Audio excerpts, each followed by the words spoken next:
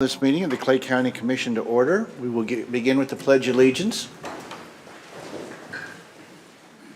I pledge allegiance to the flag of the United States of America and to the republic for which it stands, one nation, under God, indivisible, with liberty and justice for all.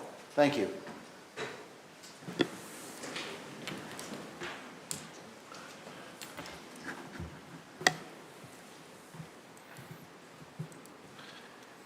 That brings us to our roll call. Commissioner Nolte, Here. Commissioner Withington, Here. Commissioner Lawson. Here. Commissioner Wagner. Here. Commissioner Carpenter. Here. Commissioner Thompson. Here. Commissioner Johnson. Here. Next on our agenda is approval of the agenda. Is there a motion related to that agenda? Yes, I move to approve the agenda except for removing 2023-92 from the immediate action list. Motion has been made for the approval of our agenda this afternoon, which would include the removal of 2023-92 under immediate action. Is there any discussion? Seeing none, you're recognized to close. I close. Please call the roll. I'm sorry, Commissioner, I apologize. Is that to remove it and place it to regular or remove it off the agenda? Remove it off the agenda. Perfect, thank you. Right. With that, please call the roll. Commissioner Wagner. Aye. Commissioner Johnson. Yes. Commissioner Withington. Yes.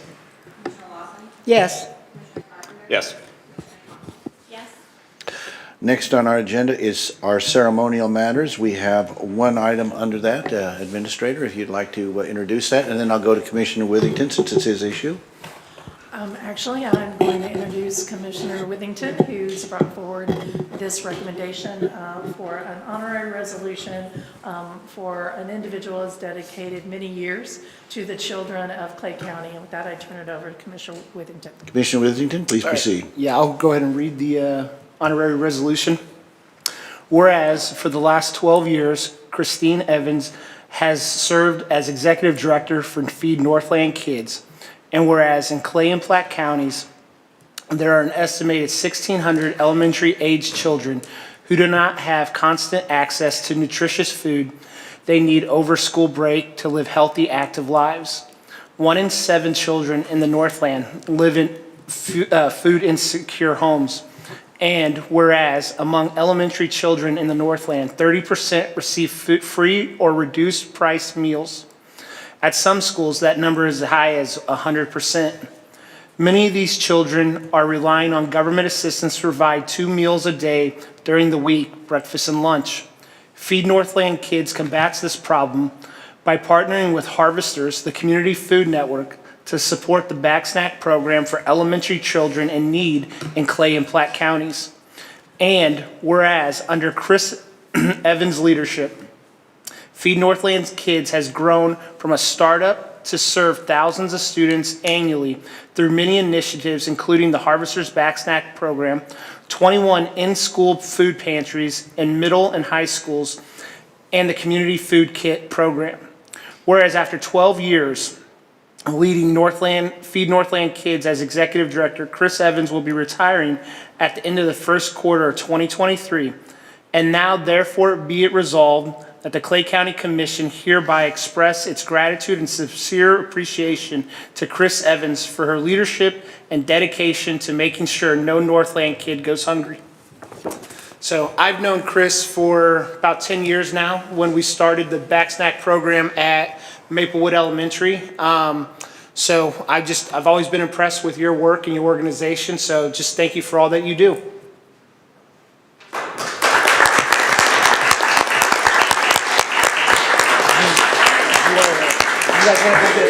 Would, if Chris, if you'd like to come up and say a few words, then we will present you with, at the podium there, excuse me. Well, if I get a microphone, you get a microphone. Thank you, Jason. And I clearly remember when we first met, your server and all the work. All the volunteering and people that you've sent our way over the years, I really appreciate that. And this commission was part of a Bill Cross 5K 4 or 5 years ago where I pitted the Clay County Commissioner against the Platte County Commissioner and had them do all sorts of silly things that we videoed, and Jerry was a great sport for that. And I paid him back with a nice dinner at my house, I think, a few months later. So it was nice to have he and Alicia over along with Ron and his wife. But truly, you all run a commission for a county, so you know full well that it takes involved citizens to create a good standard of living for everybody who lives within our borders. And we all take a piece of that. And for Feed Northland Kids, our piece of that was food. And we're grateful that we've been able to expand what we do from 3 to 12-year-olds all the way up to 18-year-olds now, and after the pandemic, entire families. So we've got, you know, a good 2,500, 3,000 people every month who in some way we are touching with some type of food that is pertinent to what they are lacking in their weekly needs. So that all happens because a lot of us come together to do it, and we are happy to kind of steer the boat in that direction, and that great work will continue, and I'm very honored to be receiving this. So thank you. I did a question. Do you have any, because occasionally you need to do fundraisers, do you have anything coming up that you'd like to share with us? Of course, we always have things coming up. So in April, there's a wonderful event that Chicken and Pickle puts on. Not within your borders, I apologize, but that happens to be where it is. It's a brew fest, and we receive half of the ticket price for that. So that's about a $3,000 event for us. It's kind of nice. So it's on our website. I want to say it's April 26th. Kind of put it on there and forget about it. You know how that goes with life. But you're welcome to take a look at that. And then, of course, always our annual 5K, which Jerry ran successfully, I might add, 4 or 5 years ago through the streets of Zona Rosa, and that date's October 15th. So if that's something you want to walk or run, or you want to send some sponsors our way, we're very happy to take them. And if you're a bike rider, a motorcycle rider, we have the 5th annual No Norm Run. It's put on by the KC Weasels in partnership with Harley Davidson there at I-29 Berry Road. And it's a poker run through 3 bars, comes back. This is its 5th year. That's a great fundraiser. A lot of really cool people a part of that. So if you're a biker or know someone who is, that's a good morning. So thank you. I just want to point out that former commissioner, presiding commissioner Schieber in Platte County has longer legs than me, so I was at a distinct disadvantage in that particular competition. He also trained with that Park University coach, don't forget. Anyway, any further comments or questions of, Johnson, Commissioner Johnson, excuse me. Mrs. First of all, thank you so much for what you've done, all the things that Jason has said. And we've never met before, but I know that you must be a very, very special person simply by the fact that Commissioner Withington wore a sports coat tonight just for you. I heard that was true. Yeah, so thank you. That just goes to show you never know what influence you have in life, right? Well, we'll go ahead and we'll have Commissioner Withington present you with a certificate with those of us kind of gathered around, and then we'll stand at ease for a moment while we do that, and then we will come back and resume our agenda as printed. Perfect. Thanks. Now I think nice to be here.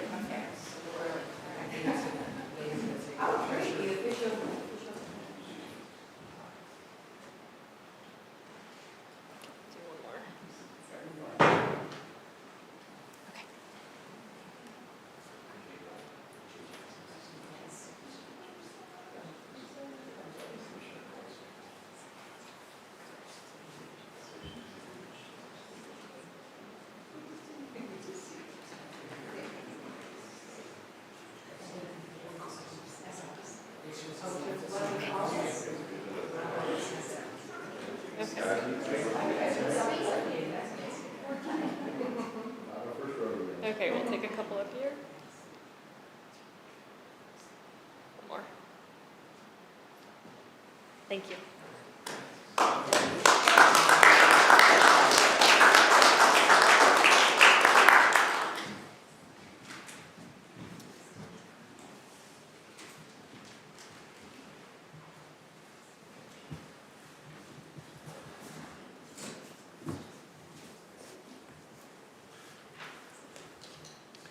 Next on our agenda are public comments. Are there any members of the public wishing to comment on any issues? Seeing none. Next on our agenda is our immediate action. Is there a motion related to our immediate action agenda? Yes, I move to approve 2023-107, 2023-89, 2023-90, and 2023-99. Very good. Motion has been made to approve those items listed under our immediate action agenda with the obvious exception of 2023-92, which we removed when we approved the agenda. Discussion. Seeing none, you're recognized to close. I close. Please call the roll. Commissioner Wagner. Aye. Commissioner Johnson.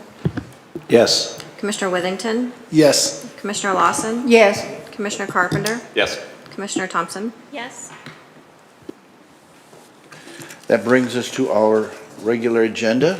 Our first item on our regular agenda is 2023-108. Administrator? Resolution 2023-108 is approving invoice payments for the Clay County Prosecutor's Office from March 3rd through March 9th. There are 9 invoices totaling $3,504.83. Staff would recommend immediate action on this item. Very good. Are there any questions from the commission? With that, is there a motion on 2023-108? Yes, I move to approve 2023-108.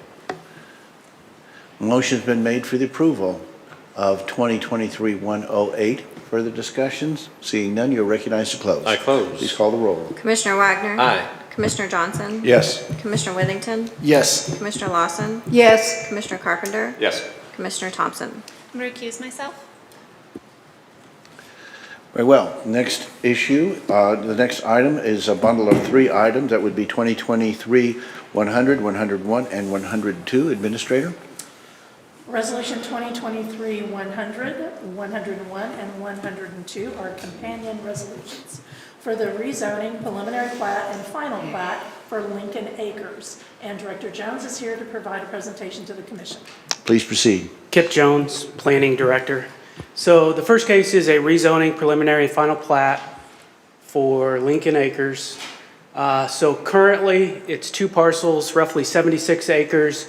You can see most of the acreage is shaded in blue on the screen, and then there's a small parcel around the existing house as well.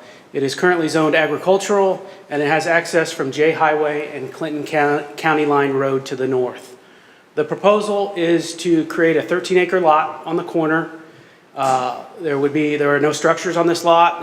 It would become a buildable lot that would be allowed 1 single-family home.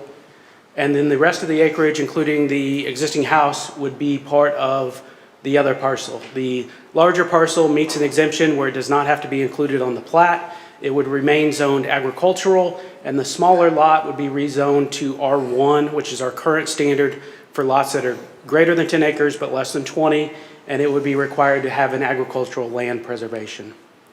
Here's the surrounding area. There's the 13-acre lot, the rest of the acreage, and that is the Clinton County line to the north. So this is kind of the northwest section of the county.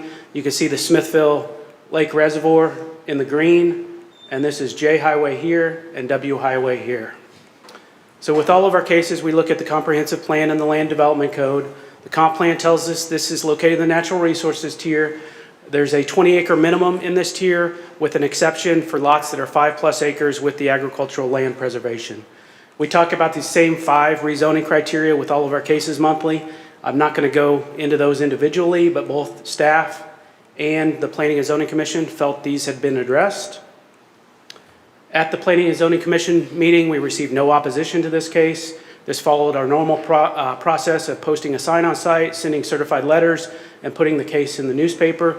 We received no objections from the outside agencies, which include MoDOT, Health Department, Water District, and Fire District, and the Planning and Zoning Commission voted 4-0 to recommend approval with 1 condition, and that's just some minor changes to the recorded copy of the plat, and the applicant did agree with that condition. I'm happy to answer any questions the commissioners may have, and the applicant is present as well. Are there any questions of Mr. Jones from the commission? Seeing none, if the applicant would care to speak to the commission. Oh, I'm sorry, I didn't. Please go ahead. Sorry, but just as we've talked about these sorts of things before, Kip, you would recommend moving forward? Yeah, I apologize. I should have stated that this meets the stipulations that we discussed earlier, and I think this could be approved on a 1 read Very meeting. well. Thank you. Thank you. Sorry about that. If the applicant would care to address the commission, they are certainly welcome to. It is not required unless you would care to do that. I have nothing else to say. Very well, very well. Is there a motion related to those three items? And let me see, are there any boxes to check on that one? I would assume there is. So I will make a motion to check boxes for approval and approve 2023-100, 2023-101, and 2023-102. Motion's been made for the approval of 2023 100, 101, and 102 with the appropriate boxes checked approved if they are there. Further discussion? Seeing none, please call the roll. Commissioner Wagner. Aye. Commissioner Johnson. Yes. Commissioner Withington. Yes. Commissioner Lawson. Yes. Commissioner Carpenter. Yes. Commissioner Thompson. Yes.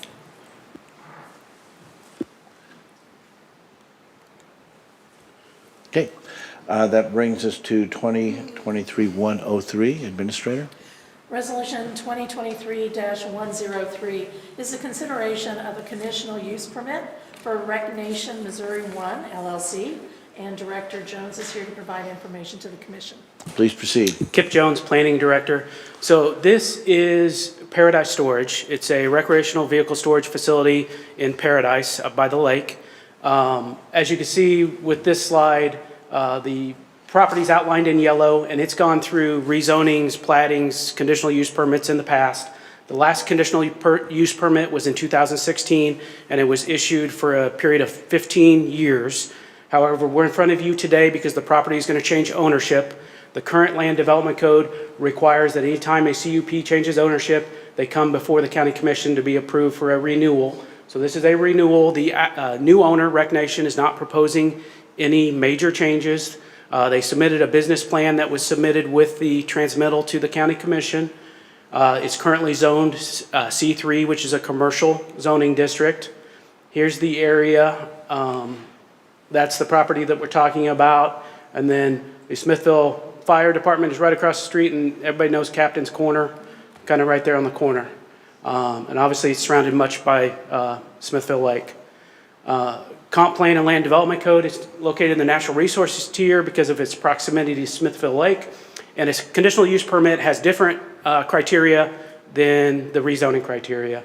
But as I stated, these have been looked at by the Planning and Zoning Commission, the County Commission in the past, and we feel these have all been addressed. These were included in the transmittal that was sent to the County Commission as well.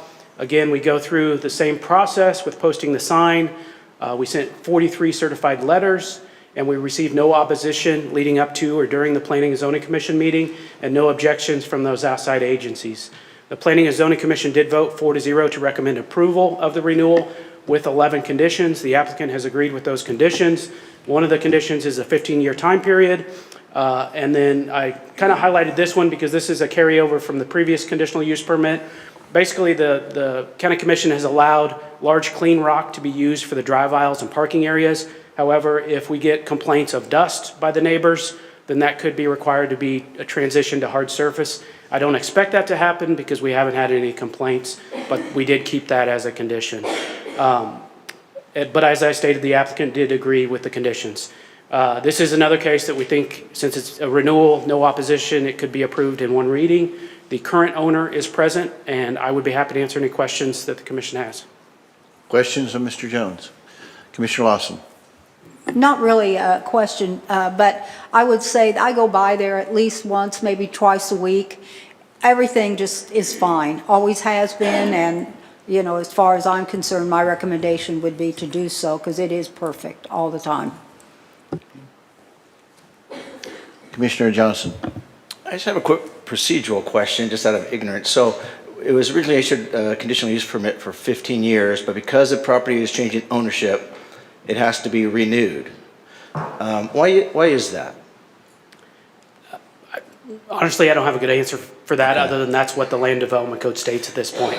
So I'm wondering if when the new property owner takes over, does he automatically fall under the old conditional use permit, or I'm just wondering if that's the reason why. I don't know, maybe Counselor has a... So one of the concerns I think could possibly be that if it's a new owner, they could be proposing new things.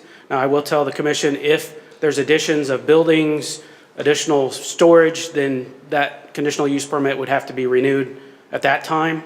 But I think that may be a consideration that there could be changes that could affect the neighbors when ownership changes.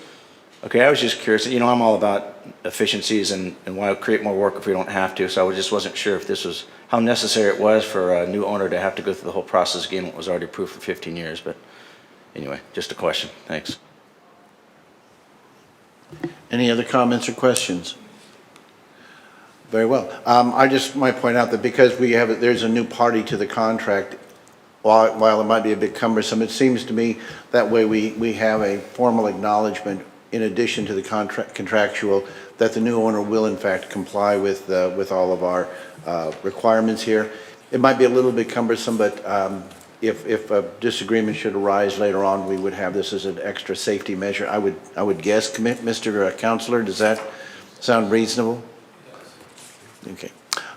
Further comments? Seeing none. If the a property owner would like to comment, they certainly could if they would like to. Yeah, I don't have any other comments over Kelly. Thank you. Okay. Thank you very much. With that, is there a motion related to 2020? Excuse me? Yes. Sorry, I didn't let you complete your sentence. I'm so excited to make a motion to approve 2023-103. Don't make me use this. No, I would never dream of that. Okay. Is there a motion related to 2023-103? I move to approve 2023-103. Very good. Motion has been made for the approval of 2023-103. Further discussion? Seeing none, you are recognized to close. I close. Please call the roll. Commissioner Wagner. Aye. Commissioner Johnson. Yes. Commissioner Withington. Yes. Commissioner Lawson. Yes. Commissioner Carpenter. Yes. Commissioner Thompson. Yes. Very good. The next issue on our regular agenda is a bundle of 3 items. That's 2023-104, 105, and 106. Administrator? Yes, Resolution 2023-104, 105, and 106 are companion resolutions for the rezoning, preliminary plat, and final plat for the Quail Run Farm subdivision, and Director Jones is here to provide information. Please proceed. Kip Jones, Planning Director. So this one probably looks familiar because it was approved by the County Commission in January. After the property owner and surveyor got together, after the County Commission approved it, they determined that they needed to move some property lines. And so this slightly changed. It's the same basic concept, they just moved 2 property lines. So that's why we're before you today.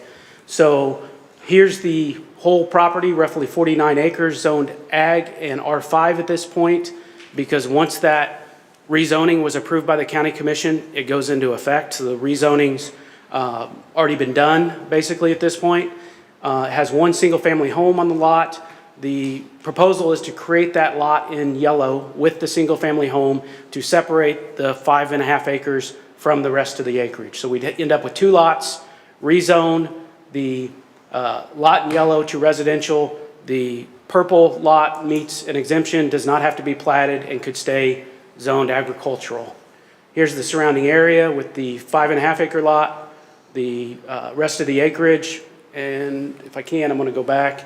These lots right across the street are 3 to 4 acre lots, and then there's some 9 to 10 acre lots in this area, so we feel it matches the surrounding area. Again, I'm not going to bore you with the 5 criteria that we talk about with every rezoning case.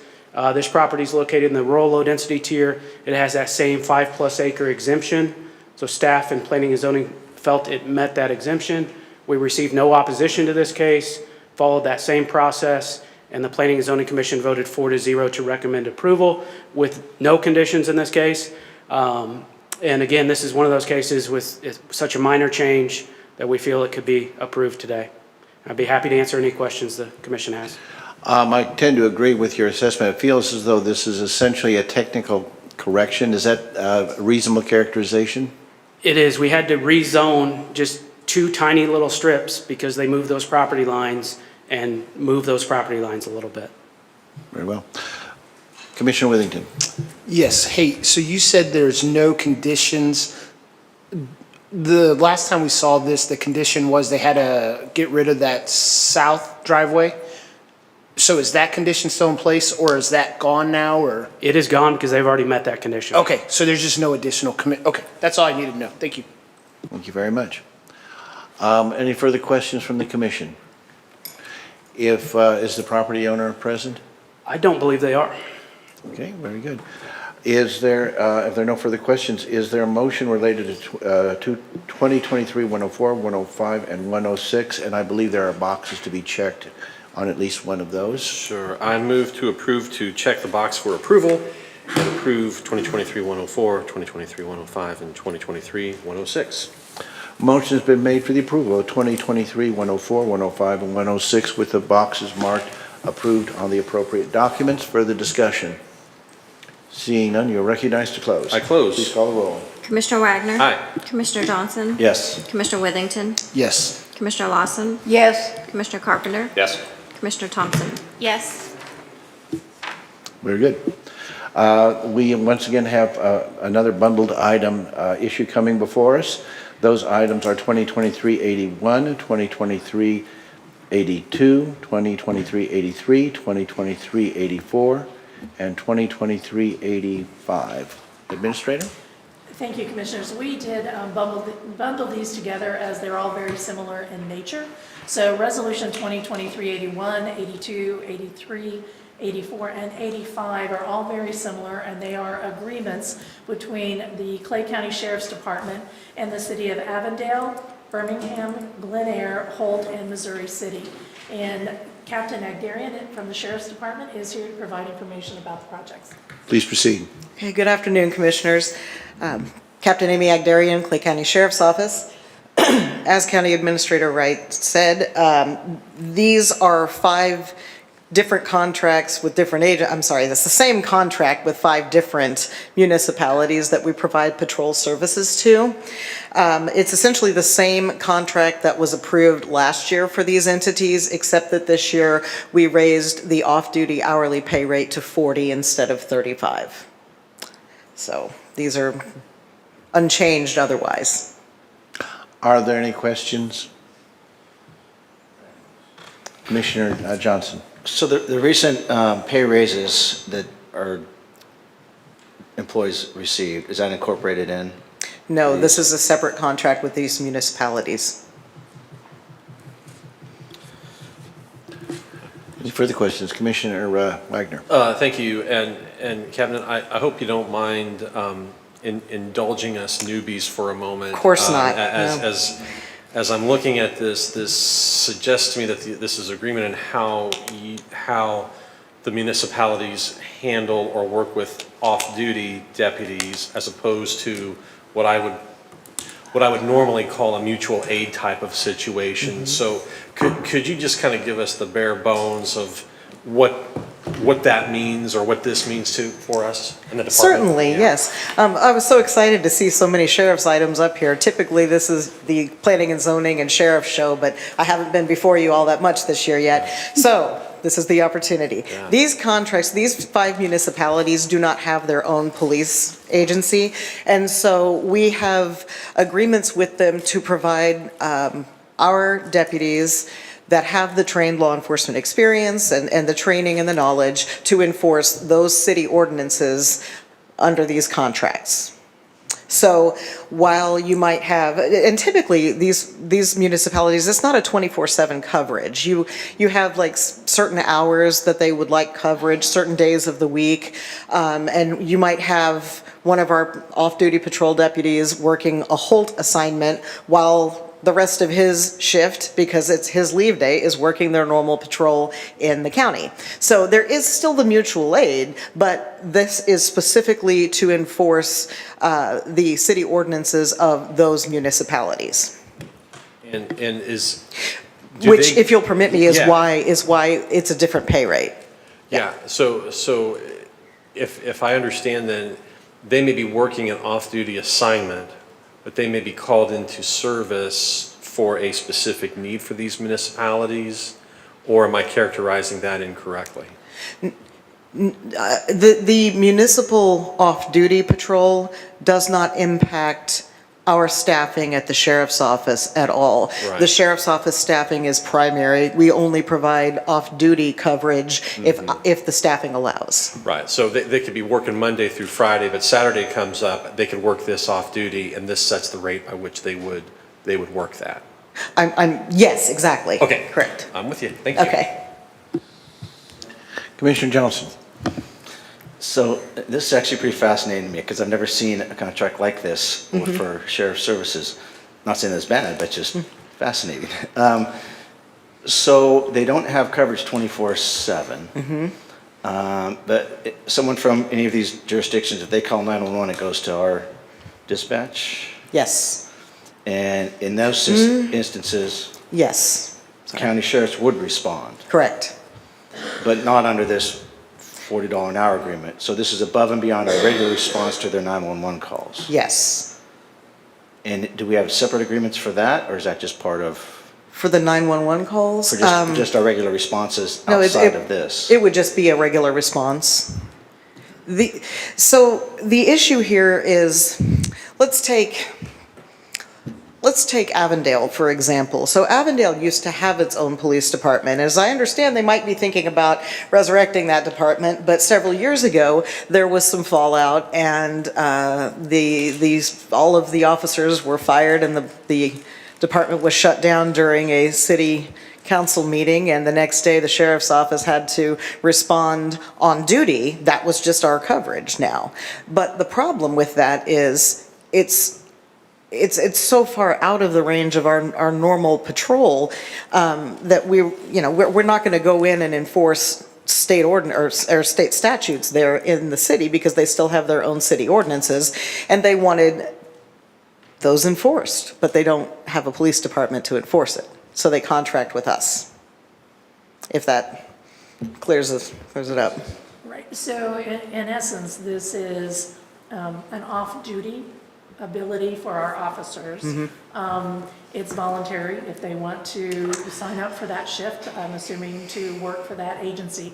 But what the agreement does is gives authorization for the sheriff's department that we have a collaborative and arrangement with that municipality that our officers that are working for them have the ability to enforce their city codes versus state and county regulations. So it's sort of an administrative aspect, but it also then provides, I'm sure we have off-duty officers that may work at Walmart for security. I mean, you see that a lot. And so this is similar to that, but it takes it to a different level because we're enforcing city ordinances.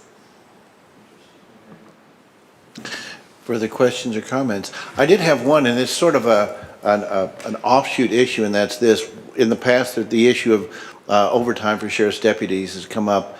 And my concern has been, while obviously we all, want to make sure we are budgetarily responsible, my primary concern in those situations is officer burnout, and that we ask too much of our officers. And my sense of it is the officers, the deputies, are more inclined to volunteer than the average person. They're more service orientated and may well overextend themselves. I guess, and this isn't really a question for right now, but what this brings to my mind, these particular agreements, is as we move forward, hopefully with better pay and the rest of it, we will be able to enhance the number of deputies that we have.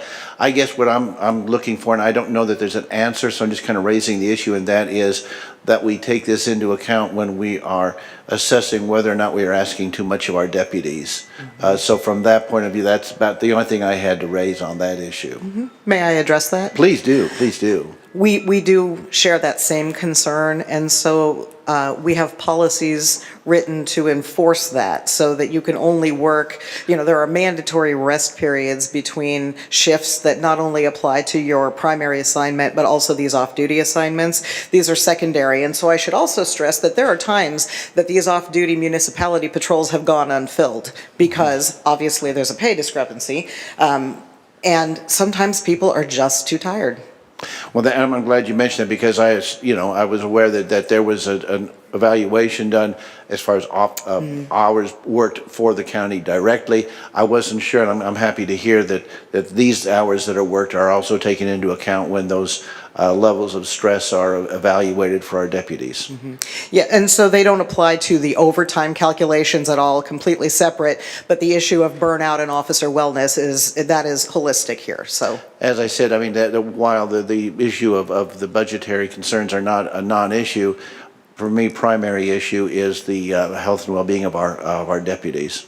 Yes. Very good. Any further questions or comments?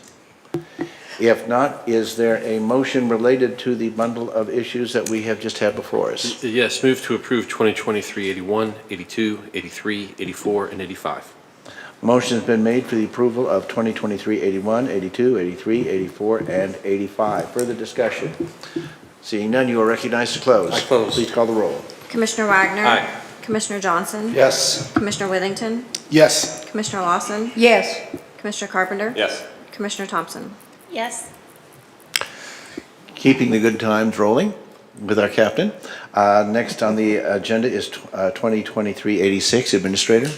Resolution 2023-86 is a resolution considering the approval of an equitable sharing agreement and the annual certification report by the Sheriff's Department. And Captain Agdarian is here to provide information. Please proceed. Captain Amy Agdarian, Clay County Sheriff's Office. And thank you for catching the previous bundle. I am also asking for approval today on this as a first reading. This is the annual certification report that we submit to the Department of Justice to account for our expenditure of funds that we got as a part of the equitable sharing program. So as our investigators work with federal agencies like FBI, ICE, ATF, some of the investigations result in the seizure of property, funds, and so we have to be accountable with this report, certifying that we've received the funds, we've submitted a request for the funds and our involvement in the various investigations, and be able to say, hey, look, this is what we've been doing, this is a prerequisite to receive continued funding. And this is something that is done, and this is not a regular thing. This is no new item by any stretch. No, this is not a new item. This is an annual recertification, or not recertification, it's an annual document that we file. Right. Yes. I mean, in other words, not our first rodeo No. on this one. No, but I'm happy to answer any questions for. But particularly, and the thing is, I think this is especially instructive for the newer members that we have here, because while it is something that is reoccurring and that some of us have already been through, it's easy for us to make assumptions who are more veteran here, and not and assume things that you would not assume if you were a new member. So with that, questions or comments? Very well. Seeing none, is there a motion related to 2023-86? Yes, I move to approve 2023-86. Motion has been made for the approval of 2023-86. Further discussion? Seeing none, you are recognized to close. I close. Please call the roll. Aye. Yes. Yes. Yes. Yes. Yes. That brings us to 2023-91. Administrator? Resolution 2023-91 is consideration of approving a term and supply contract with KCOM Incorporated and Toys for Trucks, vehicle equipment installation for the Sheriff's Department, and Captain Agdarian is here to provide information. Please proceed.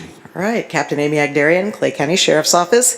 This is a term and supply request for the installation of emergency equipment and radio equipment in our patrol vehicles. We currently have one vendor that we have a term and supply contract with, but as you know, our fleet has increased, and just in general, there's not very many places that do this kind of work, so we needed to identify some other vendors that could help get our fleet back outfitted and on the road more quickly. So we are happy to see that the IFB came back with bids from Toys for Trucks and from KCOM. We've not used KCOM before. We have used Toys for Trucks sparingly because we have to come in under the purchasing guidelines. But we've been very happy with their services, and we are glad to have KCOM as another option. Very good. I note that you did not mark the box requesting immediate action on this particular item, or am I mistaken? Well, I'm going to be honest, I don't remember if I did or not. I would prefer that we have immediate action if we could, if you deem that that's appropriate. It's already been vetted through the purchasing process and the bid process, but it's possible I forgot that box. The reason I ask that is because it sounded like something that you would want that to have happen with, and I didn't see that box checked on my copy.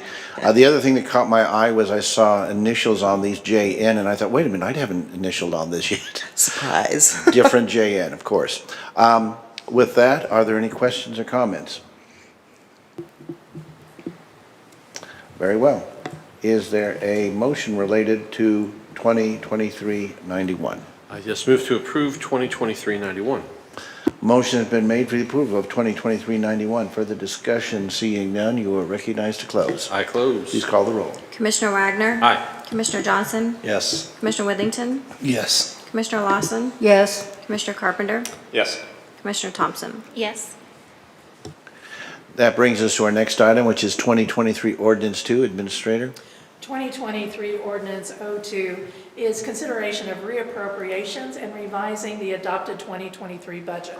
And County Auditor Herbert is here to provide information about the reappropriations. Mr. Auditor. Yes, Victor Hurlbert, Clay County Auditor. So 2023 Ordinance 2, like Administrator said, is a request to essentially reappropriate those 2022 purchase orders that were open after 2 months into 2023 for 2022 costs, but that had been previously approved by written order, by resolution by the Commission. I'm required to do this under 2023 Ordinance 1, 8B, to come back to you after a couple of months so we have proper accounting for those 22 costs. And then under the appropriation order again, it's only for those that have the written authorization of the Commission. So that's essentially what's before you. Just to kind of give you a overview. Essentially, you have before you 44 purchase orders. 13 of them are regular purchase orders in that they don't deal with the American Rescue Plan Act. 31 of them are with the American Rescue Plan Act. The non-Rescue Plan Act ones are $1,129,126.69.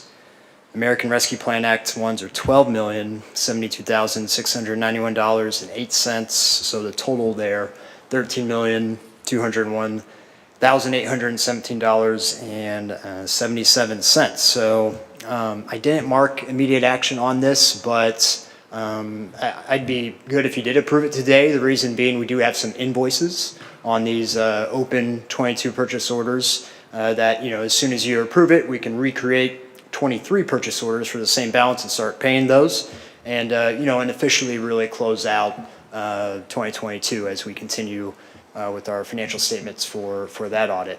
So I'm happy to answer any questions about them, but otherwise that's essentially it in a nutshell.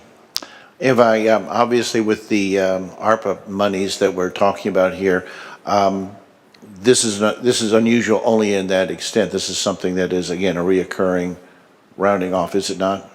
Or is it, yeah. So yeah, generally the purchase orders we reopen are continuing projects in that it's not like a term and supply contract where you can just encumber a bunch of money at the end of the year and keep doing that year after year after year. No, it's kind of a one-time identified project that it just didn't get finished in 1 year. So hey, we're going to carry over that reserve balance and finish it off in the next year. And this is a little larger than usual because of our ARPA fund monies. It is. This is the largest list I think, at least I've ever presented to the Commission, and it's definitely because of the Rescue Plan Act. Yeah. Okay. Questions or comments from the Commission? Commissioner Johnson. I just want to make sure everyone's clear that there's no net effect on the 2023 budget unless the project realizes any savings.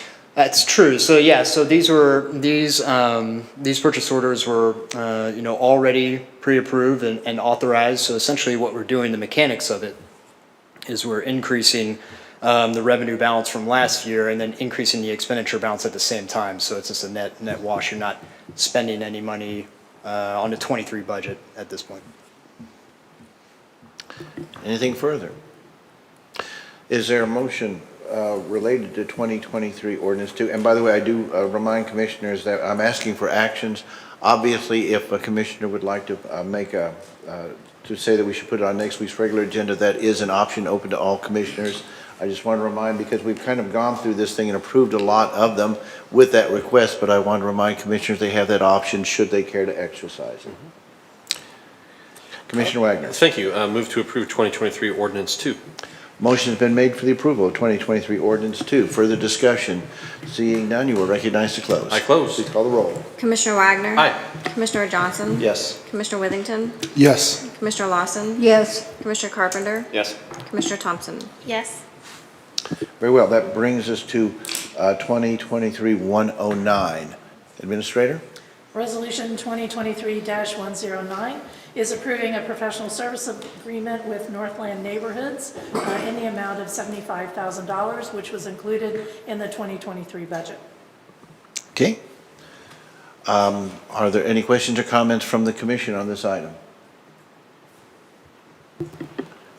And there is no box marked on the immediate action form. I'm sorry, did I miss somebody? I just, Commissioner Lawson, please go something ahead. just popped into my head. Go right ahead. The contract, have you got a copy of the contract? I do. Okay.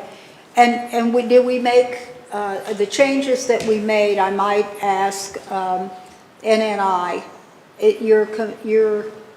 can I ask them a question? Is Oh, that please okay? do. Yeah, go right Okay, ahead. Okay. So I know it's probably a little different than it was previously, correct? Correct. Okay. And as far as your organization is concerned, you are satisfied and able to meet the requirements that they've stated in the contract? Absolutely. I Okay. want to thank you and appreciate the professionalism, and courtesy of the staff. Okay, great, great. We love our staff. We've got the best staff in the world. Yep. But as far as, so you're happy with it? Absolutely. Okay, okay. All right. I'm sorry, I saw you there earlier and I kind of got zipping through here. Would you like to make any comments or make any Just statements? thank you. And again, thank you to Diana and Kevin and others for their help. Appreciate it. Further questions or comments? Seeing none, is there a motion? Yes, move to approve 2023-109. Motion been made for the approval of 2023-109. Further discussion? Seeing none, you are recognized to close. I close. Please call the roll. Commissioner Wagner. Aye. Commissioner Johnson. Yes. Commissioner Withington. Yes. Commissioner Lawson. Yes. Commissioner Carpenter. Yes. Commissioner Thompson. Yes. Very good. That brings us to resolution number 2023-93. Administrator? Resolution 2023-93 is the appointment of Matthew Hartwig to the Airport Advisory Board for a term that would expire December 31st, 2025. This is a reappointment brought forward by Commissioner Nolte. Yes, as was pointed out, this is a reappointment. I contacted Mr. Hartwig. He would like to very much continue on. He's a small business owner in, I believe, Excelsior Springs. I also consulted with the chair and other members of that board. They concur that he is doing a good job and contributing to the effort. And of course, per our constitution, I consulted with our administrator. All came back with positive remarks, and I believe when the information was transmitted to the commission, there was a listing of the other applications that were made for that position. With that, I'll be happy to answer any questions. Okay. Seeing none, is there a motion related to 2023-93? Yes, I move to approve 2023-93. Motion has been made for the approval of 2023-93. Further discussion? Seeing none, you are recognized to close. I close. Please call the roll. Commissioner Wagner. Aye. Commissioner Johnson. Yes. Commissioner Withington. Yes. Commissioner Lawson. Yes. Commissioner Carpenter. Yes. Commissioner Thompson. Yes. Thank you. That brings us to 2023-94, Administrator. Resolution 2023-94 is the appointment of Stephen Elliott to the Developmental Disabilities Resource Board for a term that would expire January 31st, 2026. This is a reappointment to the board and brought forward by Commissioner Nolte. Mr. Elliott is a reappointment, as was stated. I consulted with the chairman of that board, which coincidentally happens to be Mr. Elliott, and he seemed to be approving of the job that he was doing. So I also have talked to other members of that board. They all seem to be working together very well. I've worked with Mr. Elliott on some of these issues. I've always found him responsive and diligent. I did consult, of course, with the administrator. Everybody involved agreed that Mr. Elliott is doing a great job, and they would like to see him continue. With that, I'd be happy to answer any questions. Seeing none, is there a motion related to 2023-94? Yes, move to approve 2023-94. Motion's been made for the approval of 2023-94. Further discussion? Seeing none, you are recognized to close. I close. Please call the roll. Commissioner Wagner. Aye. Commissioner Johnson. Yes. Commissioner Withington. Yes. Commissioner Lawson. Yes. Commissioner Carpenter. Yes. Commissioner Thompson. Yes. That brings us to 2023-95, Administrator. Resolution 2023-95 is the appointment of two individuals to the Children's Services Fund Board for a term that would expire December 31st, 2025. Reappointment of Kenneth Honick and a new appointment of Nick Reisenberg, and these names are brought forward by Commissioner Nolte. Thank you. Both of these individuals I've known for some time and worked with. I have consulted with the various members of the Children's Services Fund Board. In fact, I started working with them last October, November, understanding that we would have some vacancies coming up. Mr. Honick is, in fact, a member of the board and has been there for, I believe he's a charter member of that board when it became activated. Mr. Reisenberg is a employee of the North Kansas City Hospital. He is somebody I've known for a couple of years now. He's someone who has always stepped up and worked very diligently on whatever was put before him. I asked around, and everybody liked him. Some of the constituent organizations that work with the Children's Services Board had expressed to me their happiness that Nick would possibly be joining them. Once again, I consulted with the administrator on this, and there was nothing negative said about either one of these gentlemen. So with that, if there are any questions, I'd be happy to answer them. Commissioner Wagner. Thank you. Not really a question, but just a comment about Mr. Reisenberg and the footprint really that North Kansas City Hospital has in a number of issues. And so I'm always happy to see a Western District individual being involved in countywide issues. So appreciate his nomination. Thank you. Any further questions or comments? Seeing none, is there a motion related to 2023-95? Move to approve 2023-95. Motion's been made for the approval of 2023-95. Further discussion? Seeing none, you are recognized to close. I close. Please call the roll. Commissioner Wagner. Aye. Commissioner Johnson. Yes. Commissioner Withington. Yes. Commissioner Lawson. Yes. Commissioner Carpenter. Yes. Commissioner Thompson. Yes. That brings us to 2023-97, Administrator. Resolution 2023-97 is the appointment of Kip Jones, the County Planning and Zoning Director, to the Land Trustee. Yes, this was kind of a no-brainer, actually, by virtue of his position with the government. Clearly, he was the choice to make for this particular position. Kip has served this county well for many years, and I have every confidence that he will be, as renewing his position as Clay County Land Trustee, I have every confidence he will do as great a job or better than he's done in the past. With that, is there any questions or comments? Seeing none, is there a motion related to 2023-97? Move to approve 2023-97. Motion's been made for the approval of 2023-97. Discussion? Seeing none, you are recognized to close. I close. Please call the roll. Commissioner Wagner. Aye. Commissioner Johnson. Yes. Commissioner Withington. Yes. Commissioner Lawson. Yes. Commissioner Carpenter. Yes. Commissioner Thompson. Yes. All right, Kip, we've roped you in for another,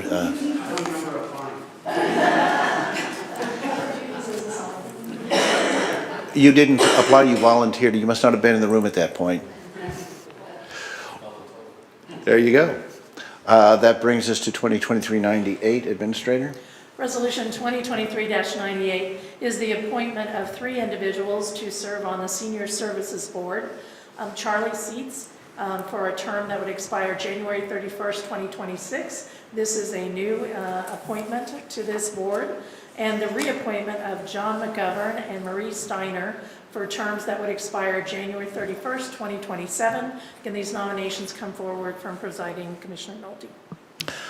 These are 3. One of the things that might be noticed as we look at this particular resolution is the difference in the expiration dates of these individuals. That is to start putting us on the proper rotation so that we make sure that that those members who serve on these boards and commissions don't all come up at once. So it's a way to kind of make sure that we stay in a regularized circulation of these offices. Ms. Stites, I've known for a long time. She in fact, she and I worked together when I was in the legislature. I've always known her to be a very diligent individual. She was a school employee and worked very hard in that capacity. The other 2, Mr. McGovern and Ms. Steiner, are also very active in this board. They have done a great job. Once again, I talked to the chair of this board. He was in agreement with all of these, and then other members I spoke with also are anxious that these individuals be appointed or reappointed. Went through obviously the step of consulting with the administrators. So with that, are there any questions? Seeing none, is there a motion related to Resolution 2023-98? Yes, move to approve 2023-98. Motion's been made for the approval of 2023-98. Further discussion? Seeing none, you are recognized to close. I close. Please call the roll. Commissioner Wagner. Aye. Commissioner Johnson. Yes. Commissioner Withington. Yes. Commissioner Lawson. Yes. Commissioner Carpenter. Yes. Commissioner Thompson. Yes. The next issue is 2023 Ordinance 3, Administrator. 2023 Ordinance 03 is the establishing of the County Planning Commission. As the Commission may recall, it's been several meetings ago, the County Councilor shared with the Commission that due to being a first-class county with a charter form of government, that there would need to be some changes with regard to the Planning Commission and the Board of Zoning Adjustment. We fall under different statutes, and so our Planning Commission now is comprised of 10 members on the Planning Commission, and the state statute is very specific on who fills those roles. And so you see before you in the ordinance, some of the members come from the county itself. The presiding commissioner, the county highway engineer, who currently serves on the Planning and Zoning Commission. Also, 2 chairpersons of 2 municipal planning bodies and 6 residents of the unincorporated area.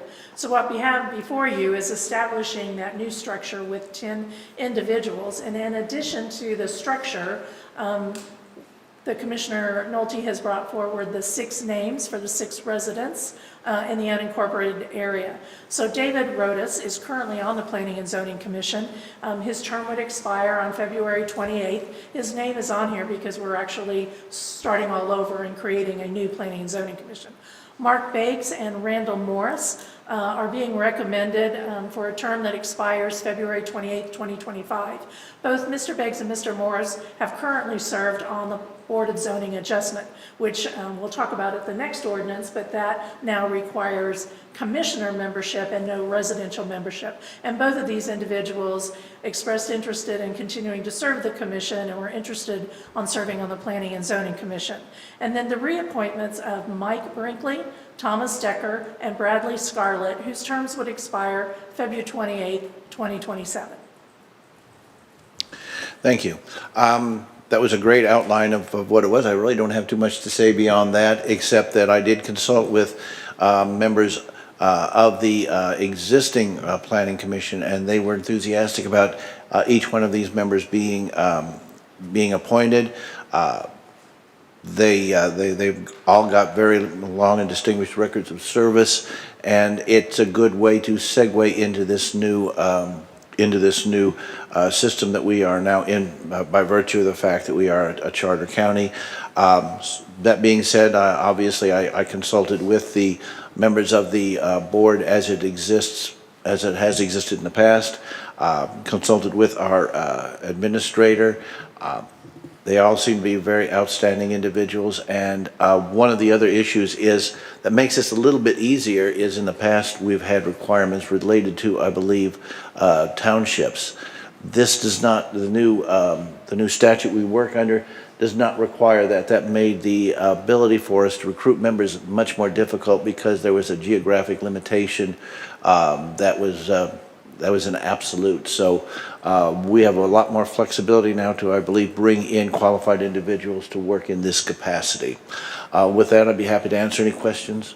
Commissioner Wagner. Thank you, and maybe this is directed more to Kip. I think on its face, taking action quickly makes sense, but as we are establishing something new, that does give me a little pause to say, whenever you establish something new, sometimes it's okay to give it a week so people absorb that. But I also want to be, I want to also be aware of what is the nuts and bolts of things, and so I don't want to necessarily suggest holding something over a week that may interfere with the calendar that the department has. So I wonder, Kip, if you would give some response to that and give some suggestion to that. Kip Jones, Planning Director. So our next Planning and Zoning Commission meeting is beginning of April. I think it's April 4th. Okay. So I would prefer having the new board in place by then, because currently I only have 5 members and I can only have 1 absent. But that would be my request.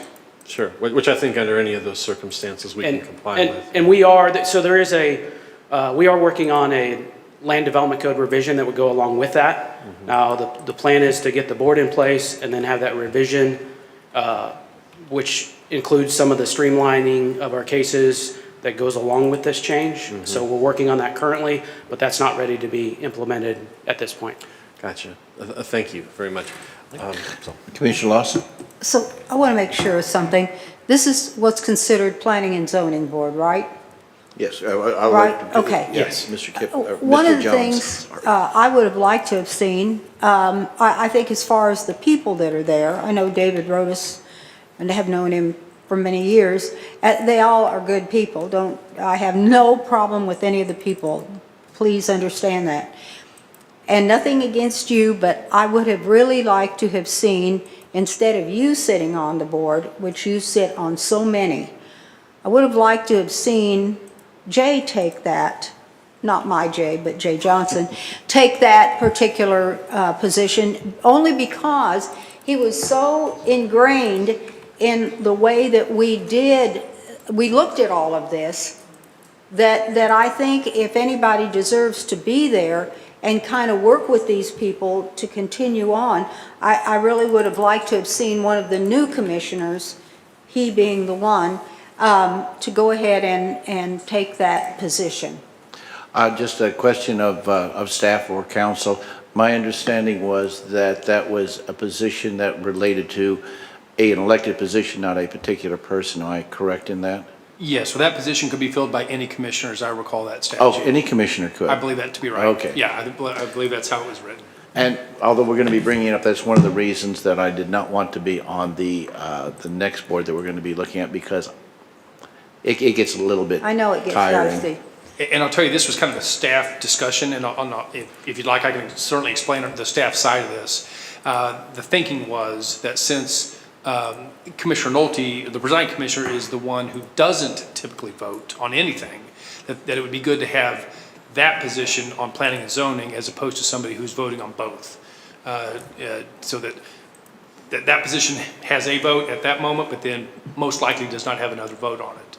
And that the commissioners who do vote on it at the commission level are putting, kind of looking at it with fresh eyes. That was kind of the idea. Yeah, well, I stand by what I said initially. I think that and I appreciate what you did for me. I'd like to see the new people take a little more active role, and I really appreciated his involvement to try to get things moving along on planning and zoning. So consequently, I stand by my original request. I'd very much like to see his name be there as the commissioner who would work with the Planning and Zoning Board. Further discussion? Commissioner Carpenter. Thanks. This question is for whoever has the answer. The chairpersons of the two municipal planning bodies, do we already know who those people will be? We don't. Okay, And how that's does going to that be get determined? I'm sorry. How does that get determined? So it could be from any city within Clay County. So, and my opinion is that's going to be a tough get because we're asking them to serve on the city planning commission and they have to be the chair of that commission. And then we're requesting that they serve on the county planning commission. So I don't know if Kevin wants to address that as And well. that language is from the statute. It has to be the chair.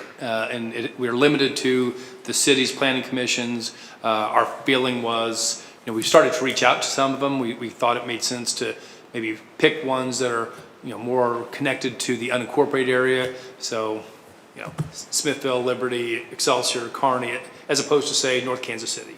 That has very little connection. But I know Kip has been having those conversations and trying to get someone to pull double duty is kind of the heavy lift. Now, the good news is this body can transact business because they'll still have a quorum regardless. Okay. Well, I might suggest, if it's possible, that we try to find particularly some women to fill those roles. I noticed we have a fairly sizable total here without any, and so it might be good to seek that out if possible. Thanks.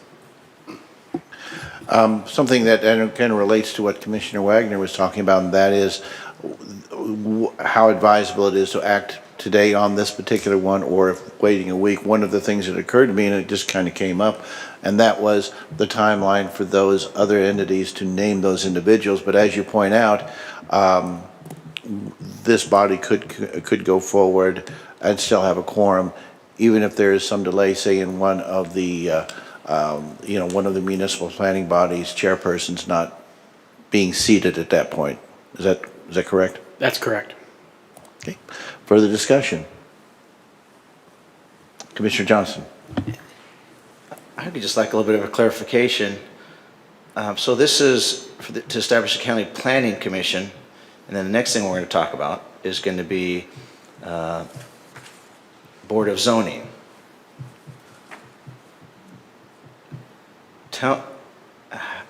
And we have a planning and zoning commission now. So I don't understand what. Yes. Are we separating those? No. We have a planning commission now and a board of zoning adjustment now. So we have two different bodies already. And the statutes foresee that. That's what the statute set out. I guess I'm just confused on what the difference is that they do. Go ahead. So Planning and Zoning Commission hears all the cases that come before the county commission. So our rezonings, conditional use permits, subdivisions of land. Board of Zoning Adjustment hears mainly variance cases. So an exception, if a citizen is asking for an exception from the Clay County Land Development Code. So for instance, if they want to subdivide their land and they're doing a 5-acre lot, they're required to have 300 feet of road frontage. If they are proposing to have 250 feet of road frontage, which is less than what the county land development code requires, they would first have to go to the Board of Zoning Adjustment, get that variance, then go to the Planning and Zoning Commission. So, okay, planning and zoning can't make those changes. They can't, Okay. because I've that's got it. dictated by the land development code. The unique thing about Board of Zoning Adjustment is that they have final say. So those cases don't come before the county commission. If somebody wants to appeal the Board of Zoning Adjustment, that goes to the circuit court. Okay, got it. Thank you. Makes sense. And one other thing, just to understand, the planning commission meets, I think, every month. Pretty much. BZA meets just a few times a year typically. It's not nearly as frequent, and that agenda is not typically nearly as involved. Okay. Further questions or comments?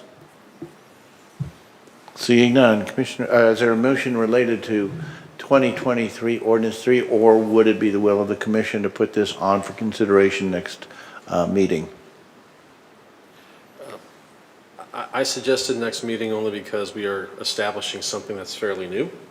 And for that reason, I suggest that if folks are ready to go today, I have no problem making a motion to that effect, but I just throw it out there. It sounds like from what Mr. Jones was saying was that would not necessarily impact the ability of this body to act when it comes to the April meeting, because our next meeting would in fact be in the month of March. That's correct.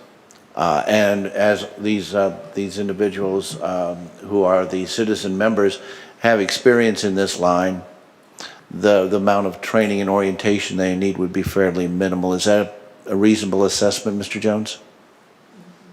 Very good. Yes.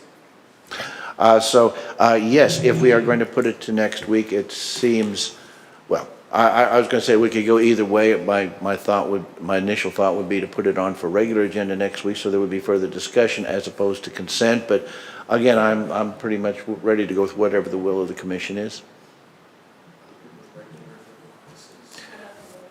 Regular? Okay. So 2023 Ordinance 3 will be on next meeting's regular agenda.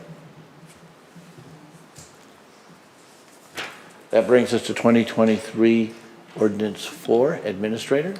2023 Ordinance 04 is the establishment of the County Board of Zoning Adjustment. As we previously said, that is an existing board, but due to the change in form of government, the statute now requires that the members of that board be elected county commissioners.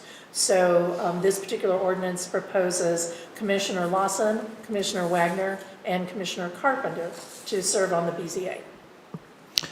Thank you. And as I mentioned before, I went through the process of obviously talking to the individuals, and they indicated their willingness to serve, and I also consulted with the administrator. With that, are there any questions of the commissioner, any comments? Commissioner Wagner. Just as before, I was going to suggest regular agenda, just again because we're establishing something fairly new. So for that reason, I was going to suggest regular agenda for next week. Just to kind of tie a bow on that, Mr. Jones, is there any anticipation for this body being called to meet between now and over the next couple of weeks? No, the soonest, Kip Jones, Planning Director, the soonest meeting we could have is end of April, so we're good on timeline. So the timeline does not affect our ability to, or our decision-making to put this on next week's agenda, or next meeting's agenda, excuse me. Correct, not going to affect us at all. Okay.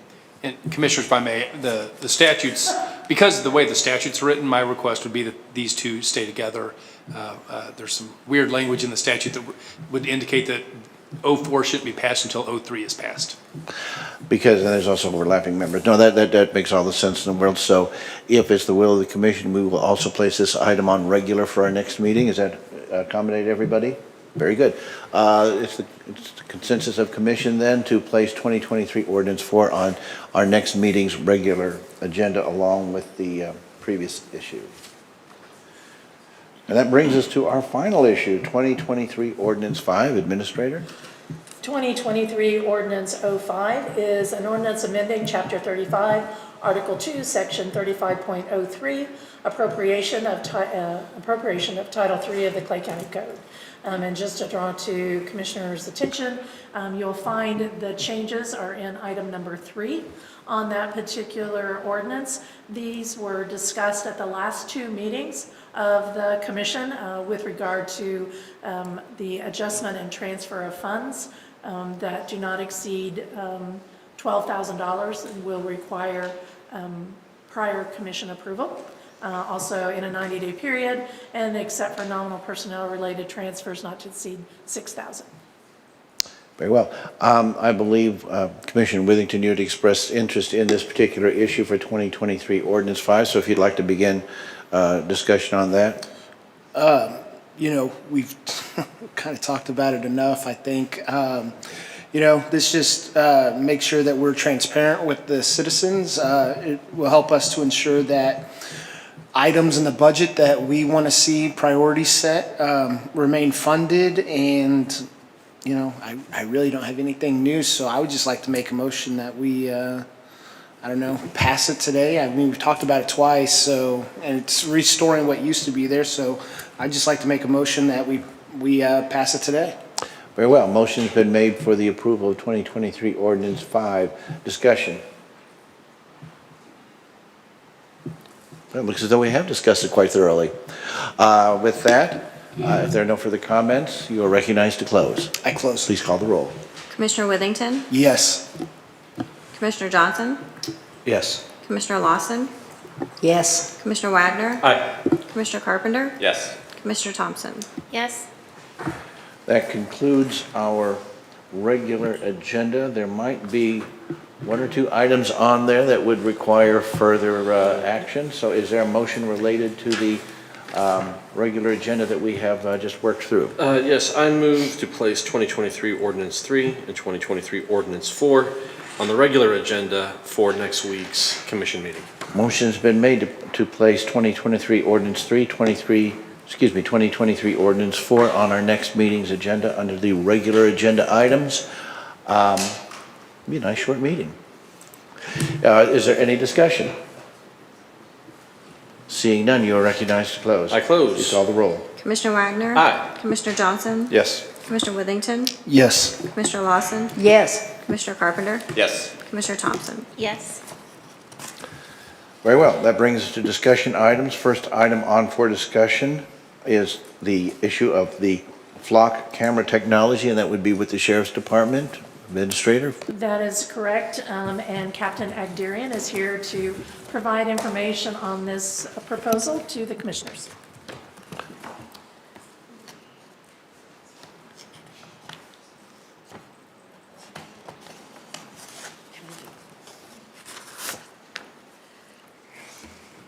Okay, good afternoon again, Commissioners.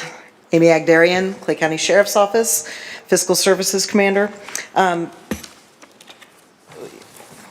You're about to get a packet of information regarding flock technology. And there are 4 documents within this packet. The main purpose of coming to you today as a discussion item is that this is a new kind of technology that the Sheriff's Office has not had, not made use of ever. And we have developed a partnership, if you will, with some other municipalities. Obviously, we've working pretty closely with our municipalities. We provide patrol services for them. We're working with them with our Central Squares technology. So there's a lot of cooperative investigative tools that are already in place. Flock technology are camera systems that will be placed, if approved, that we can place on various locations, intersections throughout the county. And the second document that you have lists out where those locations are. And these cameras have license plate reader technology. And the purpose of them is really just to give us the ability to have a broader view of traffic, flow of traffic, for purposes of apprehending stolen vehicles.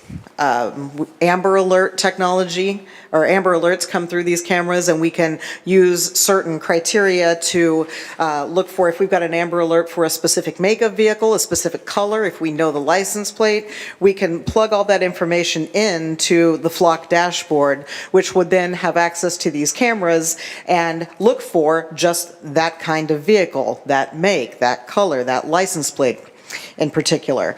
There are several municipalities throughout Clay County that are already using Flock technology and either all have the cameras in service already or are, like we are, in the beginning stages of looking into this system.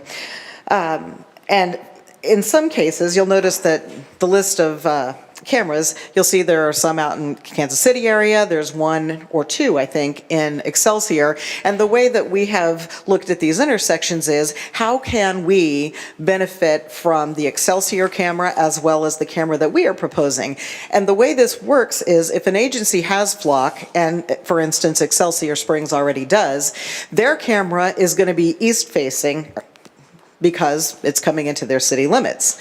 Our camera would be facing west, coming into the county areas, but we would have access to both cameras because there's already infrastructure in place.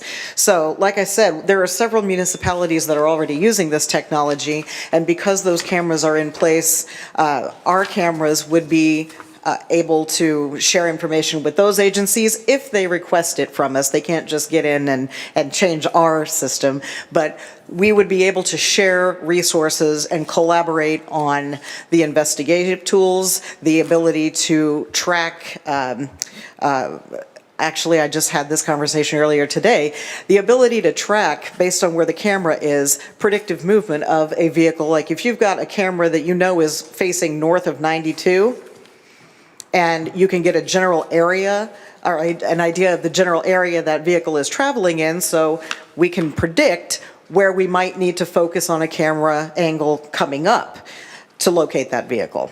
So this is all cloud-based, okay, so we're not going to have the issue of more server space. That's been kind of an issue for the sheriff's office here lately, but all cloud-based, and the system works with any flock camera that is already in place. So I know I'm focusing on Clay County municipalities and the outer parts of the county that we would patrol. I know that there are some local agencies, for instance, KCK is using this technology. There are some other agencies that I don't want to speak in an open session while they are considering it, but there are several agencies that are also considering this technology, and I think it would be a really useful tool regionally. And so as it expands out, we would have the access to those cameras as well. As far as well, we've talked about the locations, the basic technology. The third document that you have is the quote that we've received from Insight. Insight is a vendor for the flock technology, and there is a cooperative purchasing quote, cooperative purchasing number already in place with Insight that would allow us to make this purchase with your approval and our funding being in place, without having to go through the bid process. And again, we could do that, but like with our Central Square technology, there are so many municipalities already using this system that it makes sense to sort of piggyback onto the technology they already have in place so that we can share resources without us having to put up, we're asking for 11 cameras, I believe that's right. 11 cameras, as opposed to, the 18 or 20 we might have access to by the time we're working with Gladstone and Excelsior. So the 2-year contract term is a total of $68,600. The first year includes 2 one-time setup, shipping, implementation fees that total $8,600. So the first year would be $38,600. The second year would be $30,000. The Sheriff's Office has funding in place to make this purchase through a discretionary account. In the future, I can see this being a line item request in our normal operating budget, but for the first 2 years of this contract, we've identified discretionary funding to go ahead and make this purchase with your approval to sign the contract. And then the last document is the actual agreement itself, and that's going to take some legal looking into before we proceed further with that. I want to give our legal counsel time to look that contract over, but it's a pretty standard agreement from Flock. Okay, thank you. Is there a viewing policy that is somehow in place? Because you're right, I mean, my understanding is that political subdivisions that have this have viewing policies who may not access this information. So is there standard language that we would be able to bring to our counselor to look at and that we would be able to review? Yes, absolutely. Oh, and so I probably got a little bit ahead of myself.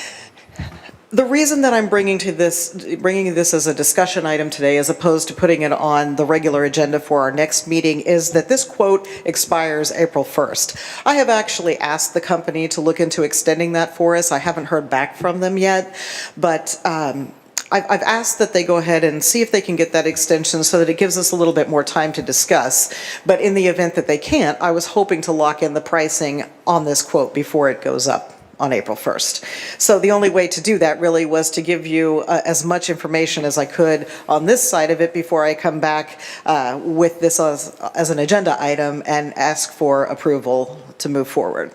So I am prepared to tell you today, I don't have the answer for that question now, but I'm going to provide documentation to legal or to the commission in whatever you need so that we can move forward.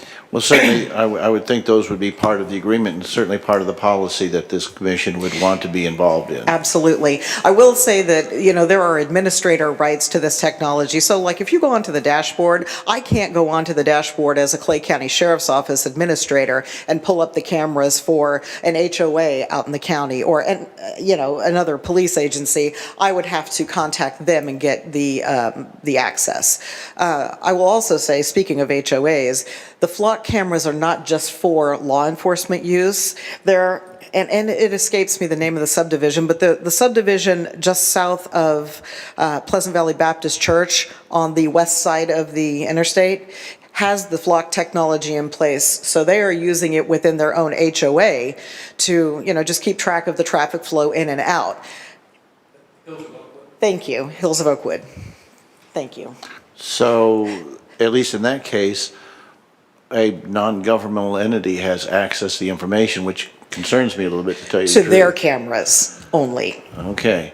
Are these, the placement of these, I assume that we're going to be using the surveillance on an unincorporated area, which was kind of intimated by the idea that the Platte County, or excuse me, the Excelsior Springs would be facing one direction, the county would be facing another. So this surveillance would only be on unincorporated areas, not incorporated areas, or at least for the most part. I mean, you can't be absolute about it. Yes, absolutely. So the cameras that we have proposed locations for, those sites were chosen because of the traffic flow and our ability to identify that intersection, that vehicle, and have time to get to it, have our deputies have time to respond to it in a timely manner. Those cameras that we are purchasing and we are placing, those will largely benefit the sheriff's office, the county, more so than the municipalities. However, we look at it more from the standpoint of, listen, you'll have access to that if you ask, we can share that resource, but given that the municipalities fall within the county itself, it gives us a larger tool to assist those other agencies. And no, I probably didn't speak clearly enough, but you can't just access the dashboard and the camera footage without being an administrator. And so the sheriff's office would have, we haven't identified anybody, that we're not that far ahead into it yet, but we can access our cameras, and if we need to assist, or if we are called to assist Excelsior, Gladstone, Kearney, then we can contact that agency and request access to that footage so that we can be a resource to them. So the locations that you've indicated are not necessarily high crime, just high traffic. No, it's not necessarily high crime. It's more an issue of traffic volume. These license plate readers can scan up to 30,000 plates in a day, and the data that they record is only kept for 30 days. And unless it is of evidentiary value, that we would mark it for that and keep it, because we want to make sure that we're also being, I guess, aware of the fact that, you know, what's the public going to think? Because this is very user-friendly for the public, too. The public can access the dashboard and look at the policies that we have set in place for the use of this technology. It's not for building a database. It's not for gathering private information. These cameras are simply an investigative tool to give real-time access to law enforcement to respond to crimes that are currently being committed, or to locate stolen vehicles, again, assist with Amber Alerts, things like that. So this is not a database building. This is kind of like the cameras that we have throughout the county. They record, they keep the information, and they're written over, unless they are marked as evidence for some other purpose. My concern obviously is for the privacy of citizens, and also the use of it. Would it be used to identify expired license plates and then to pull somebody over later on? I mean, are those, I would like to see a lot more specificity as far as the use of this data, who has access to it. I can see the usefulness of it, but I can also see a potential for the abuse of it, especially, I mean, if we're talking about things like neighborhood associations, that kind of thing, could businesses use this in that, are we now providing that as information for private businesses?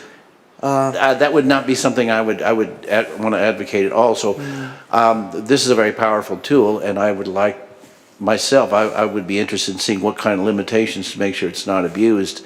When, in the past, when there have been surveillance cameras up in some of the municipalities, certainly there was reaction from the citizens. I've got a lot of apprehension about this. I'm not necessarily against it, but I have a lot of questions that really come to mind that I think a lot of our citizens would have similar concerns. With that, I'd like to open it up for the rest of the commission. I'm going to start with Commissioner Withington and work my way around. So you said that we're not going to need any storage for this. So who owns the data? Does Flock own the data, or is it the Clay County's data? That's a question I would need to research for you. All right? And I'm taking notes to take this back. My subject matter experts have the read on technical information like that, but I want to make sure that I take this back to them to answer that question for you. Because to Commissioner Nolte's point, I just want to make sure that this isn't being sold to third parties or anything like that. And then, do you know who the cloud provider is? Is it AWS? That I don't know as well. Okay, all right. Those are the only questions I had. Very good. Commissioner Lawson. Yeah, what I was trying to make sure in my mind. So say in Excelsior Springs, a child was grabbed, and they're heading south. So then you would have the ability in your department would a police officer in a car, or would it have to be somewhere at the headquarters? They would get in with you would get online then and start tracing that car as it's leaving Excelsior, and then say it gets down to Pleasant Valley, and they've got the same system. You can jump on their system and continue monitoring this car all the way through and be able to apprehend it. Is that right? Yes, that's correct. And the issue, when I use the term dashboard, that can be a mobile login as well. Okay. So it's not just somebody sitting at a desktop computer. If you have the credentials to log in as an administrator, you can access it on one of our mobile computers in the vehicles as well. Okay, that's the key right there. Say I'm Joe Schmo, police officer, and I'm in my car. I'm not an administrator per se. Can you allow administration to that person, the man on the street, so to speak, the policeman on the street, to be able to, am I complicating this? And if I am, I apologize. I just want to know, how quick can we use this and get things going, to trace the car? So if you'll permit me, I spoke with our representative from Flock this morning, and she actually has a team of people who will come in and do a presentation That'd be great. for meetings just such as this, but on such short notice today, I didn't want to bog us down with that. I would be happy to bring that representative to the meeting on the 29th, if you think that's appropriate and you'd like to have them here. Wow, to me, to hear from them, because I know you can't be the expert on the whole darn thing yet. You will have to be later, but right now you won't have that ability. So for me to have them come in and answer questions that everyone might have, I think that'd be fantastic. That's just me. Commissioner Wagner. Thank you. Captain, you were right. You really gave Kip a run for his money today, so congratulations. This was the norm for me for several years, actually. Yeah. Kip, you got to step it up. But in all seriousness, these sorts of systems I'm familiar with from my time in Kansas City. And in my day job right now, we are talking about how to do more cameras in certain areas that we work with at Mattie Roads, primarily along the Truman Road corridor and et cetera. So I know these, I know the value. Where I guess my question is with the understanding that the value of the system is only as good as the net that you are able to spread. And so kind of my first inclination looking at the list is there's a lot of holes there, but that presumes then that you are you are adding to what already may be there, and you've kind of alluded to some of that already.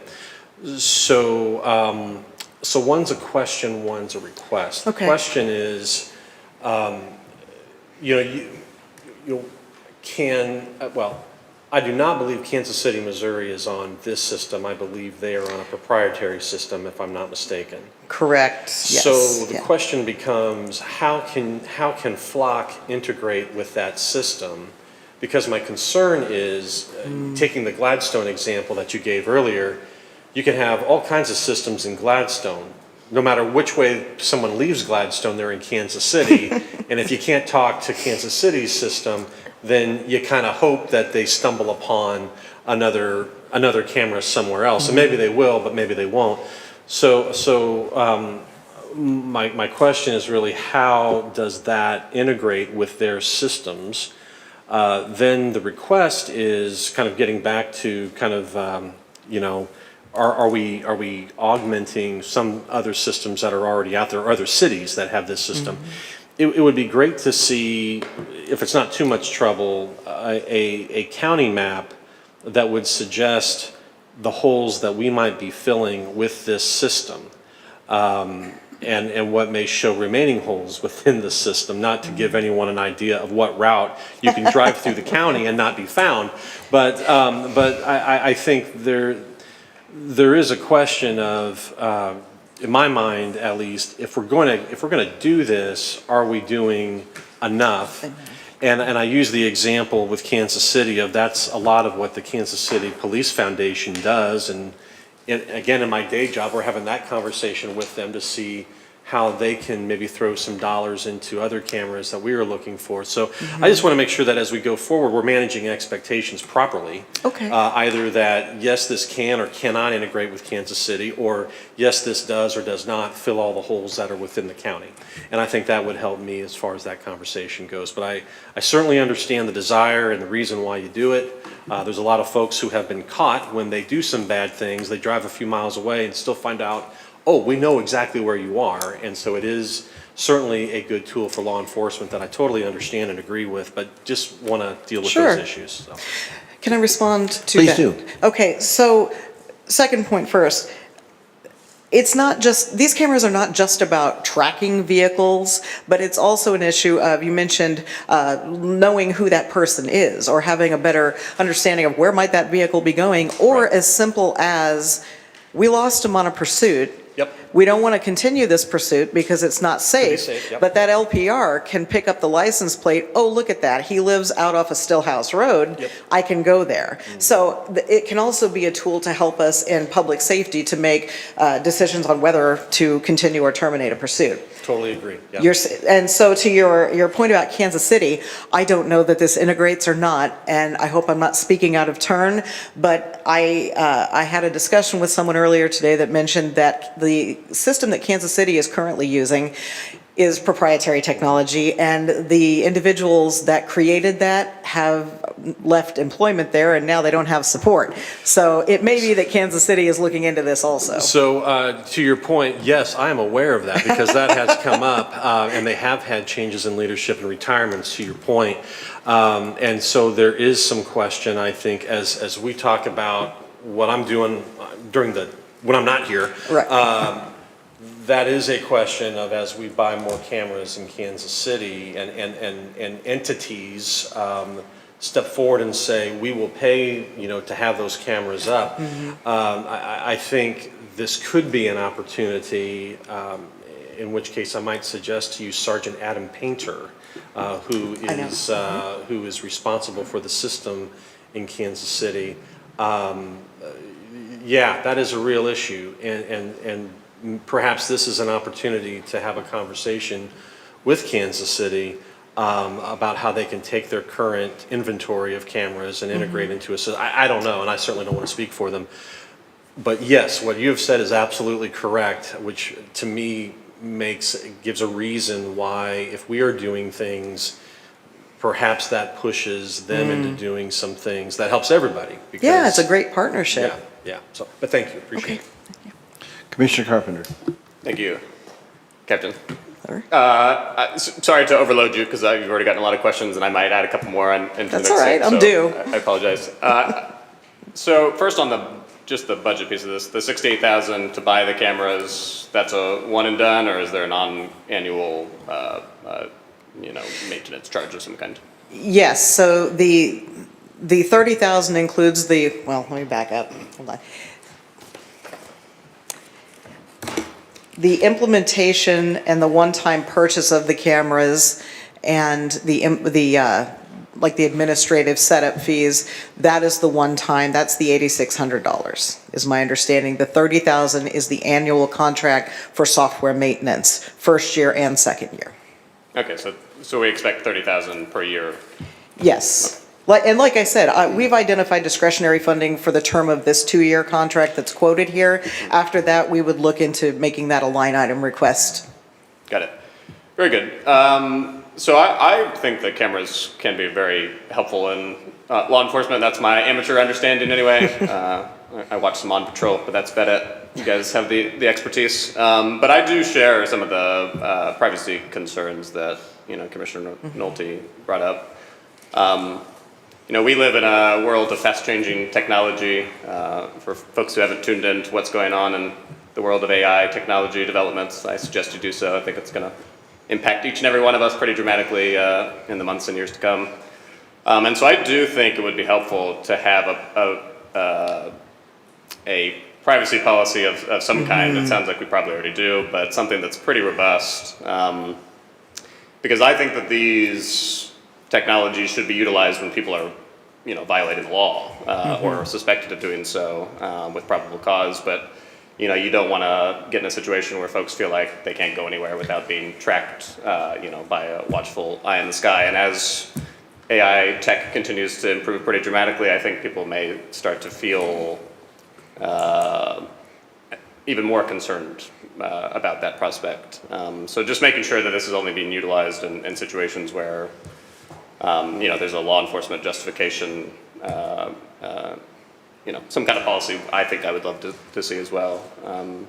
Absolutely, I agree. And having been the recipient of a red light issue from one of these cameras in years past, I share your concern as to I don't want it to be a situation where we are using those as patrol. We have people for that. We're not going to use camera for patrol. Gotcha. And then one last question I saw on the flock safety document here, under number 3, it's on, I think, the second page, under transparency and ethical product design. It says something about privacy controls to enable certain vehicles to opt out of being captured. I was just curious what that meant. I was too, which is why I called them this morning and I said, what does this mean? Because I know somebody is going to hit me with that question and I don't like it either. So that applies almost exclusively to HOAs. So if they want to opt out of this technology, that's fine, but it would not allow the protections that the cameras can offer for the vehicles that travel in and through those HOAs. So this is not a situation where just the general public, or I don't want my license plate read, I can opt out of it. That's more for a private owner of the camera system. Okay, got it. Thank you. Appreciate All right, absolutely. Commissioner Thompson, did you have any questions you'd care to ask? Thank you, Commissioner. I think a lot of my concerns were addressed already today. I can see definitely how this could be very useful moving forward, but I also appreciate the ability to have an early conversation. We're going to be able to continue this, and having in the specialist come in, I think, will be very helpful. So, but I do appreciate you bringing this in, giving us all the details today. Commissioner Johnson.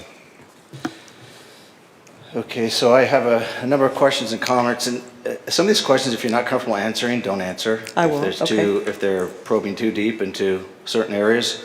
But so, first of all, does the Sheriff's Department not have any ALPRs at this point? I'm sorry, any what? You don't have any LPRs at this point? No, we do not. Excuse me, could you define LPR just for those?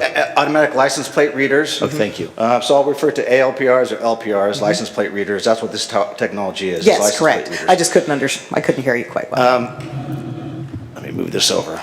Okay, so, which is interesting to me that we don't have that yet because we're way behind the times with this. I implemented this in LA County 20 years ago. 20 years ago. This is not new technology. It's gotten better, At the time, the cameras were 12 grand each.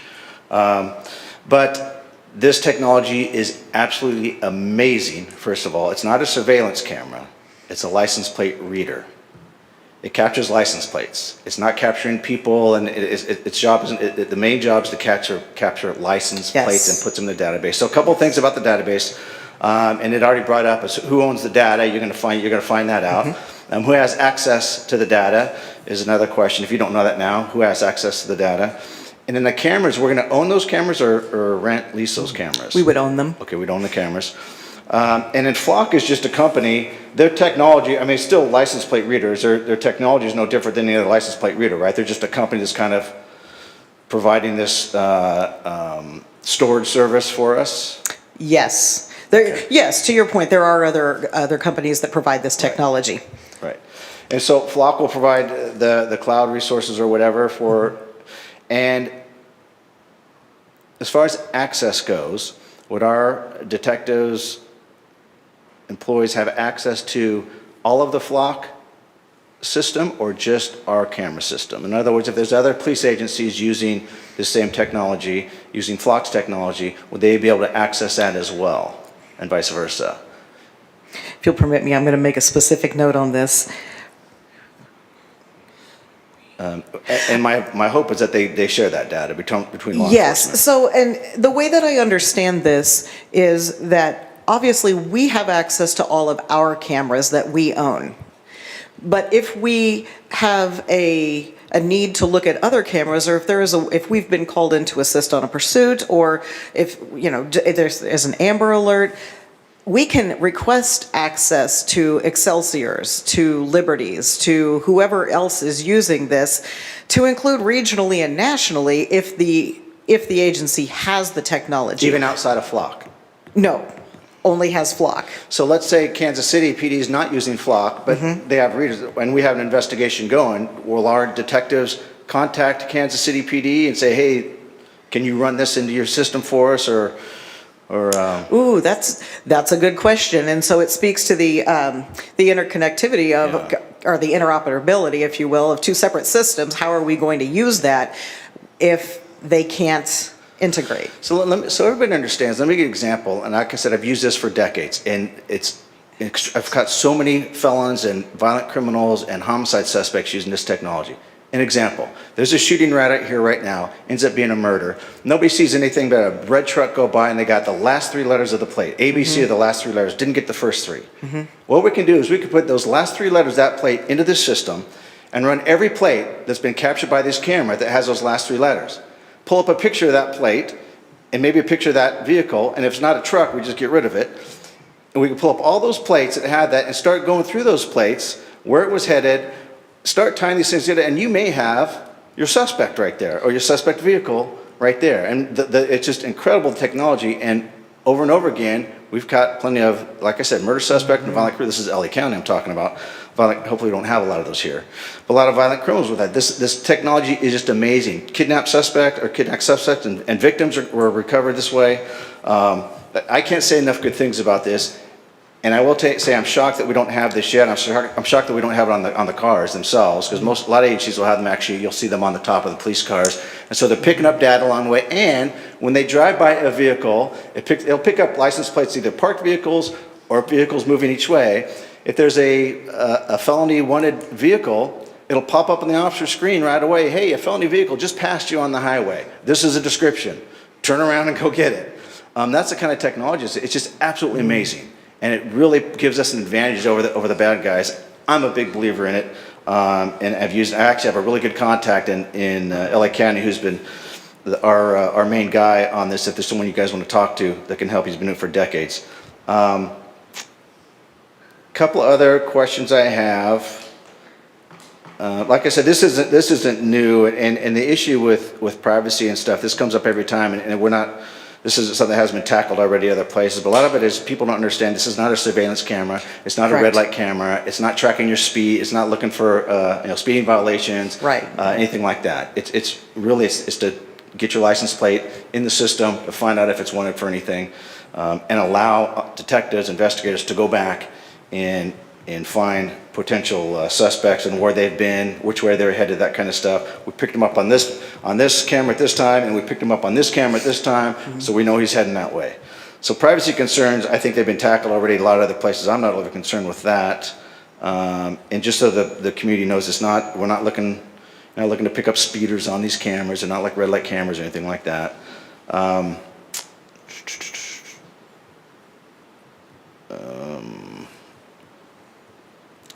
The 30-day data storage, I personally think it should be longer, but that's a decision for the sheriff, and also the locations. I'm a big believer that the experts, sheriff's department, should decide where these things go. Anything that gets picked up, it's in public right of way. If you walk out of this building and go to your car right now, you probably get picked up on 5 different cameras. Yes. So it's not like it's a big privacy issue when it's on a public right of way and a public highway. But a lot of times it's one of the most common routes, escape routes, ingress and egress routes for criminal activity, and that's does really want to be placed. And I know the sheriffs, you guys are aware of that. So I wouldn't want to be part of placing those. I think that would be your job to determine that. I think sharing data is huge on these types of things. Public safety is a big deal. Public safety is a big deal. We all ran on. And I've just watched the news recently and watching public safety issues all over, because there's not enough support for public safety, there's not enough support for these kinds of technologies, and I think we have to be real aggressive. I think we're already behind the curve on this. Like I say, we should have had this 20 years ago.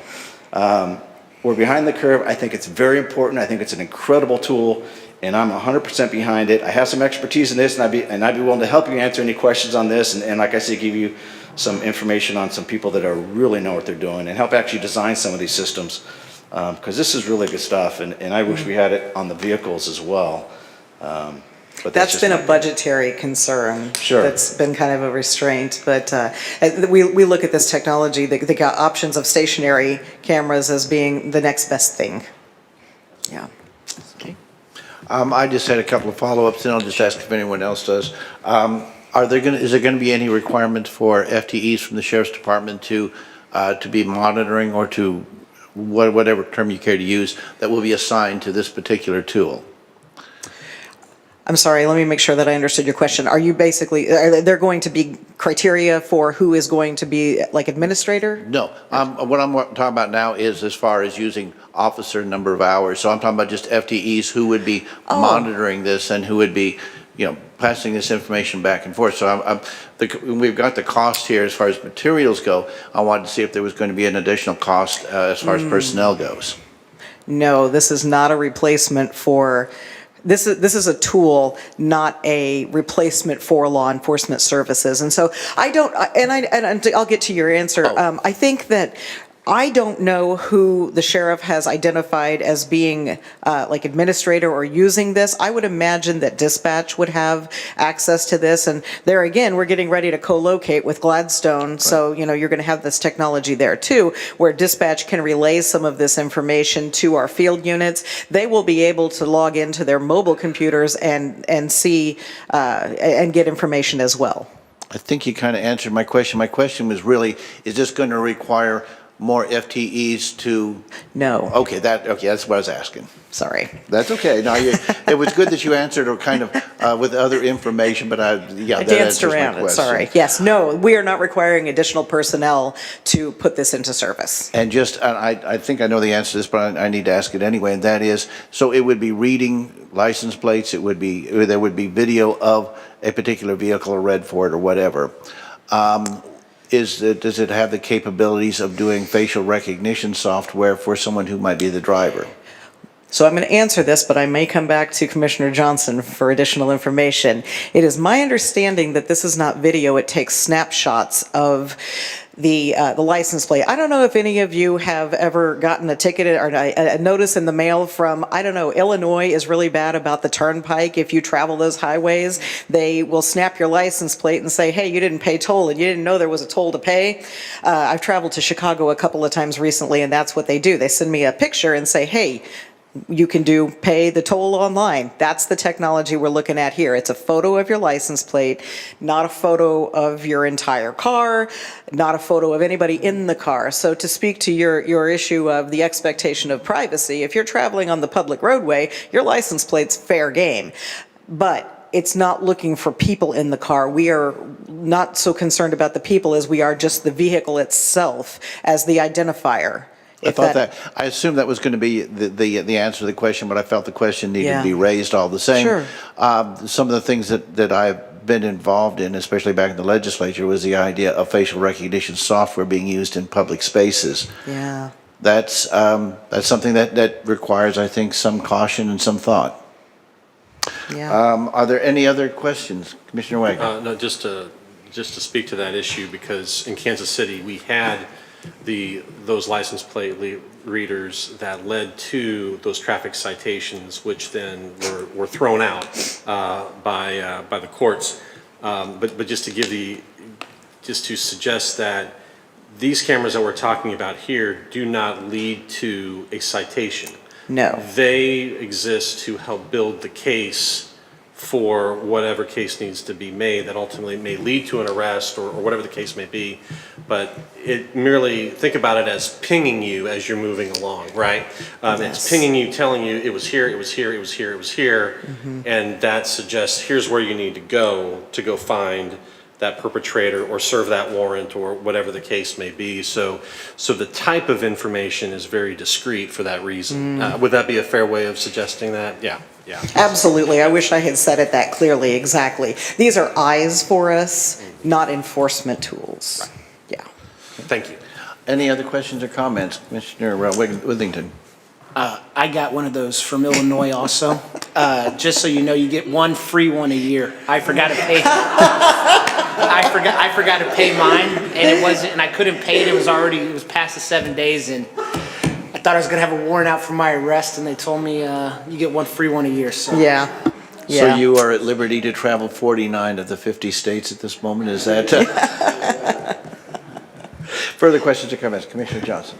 Just one more comment to help clarify the question that you answered, what does it take a picture of? You can actually set them up a couple different ways. Some it's just a license plate. Some will take the license plate and the car. It's kind of like a trail cam if you're hunters or anything.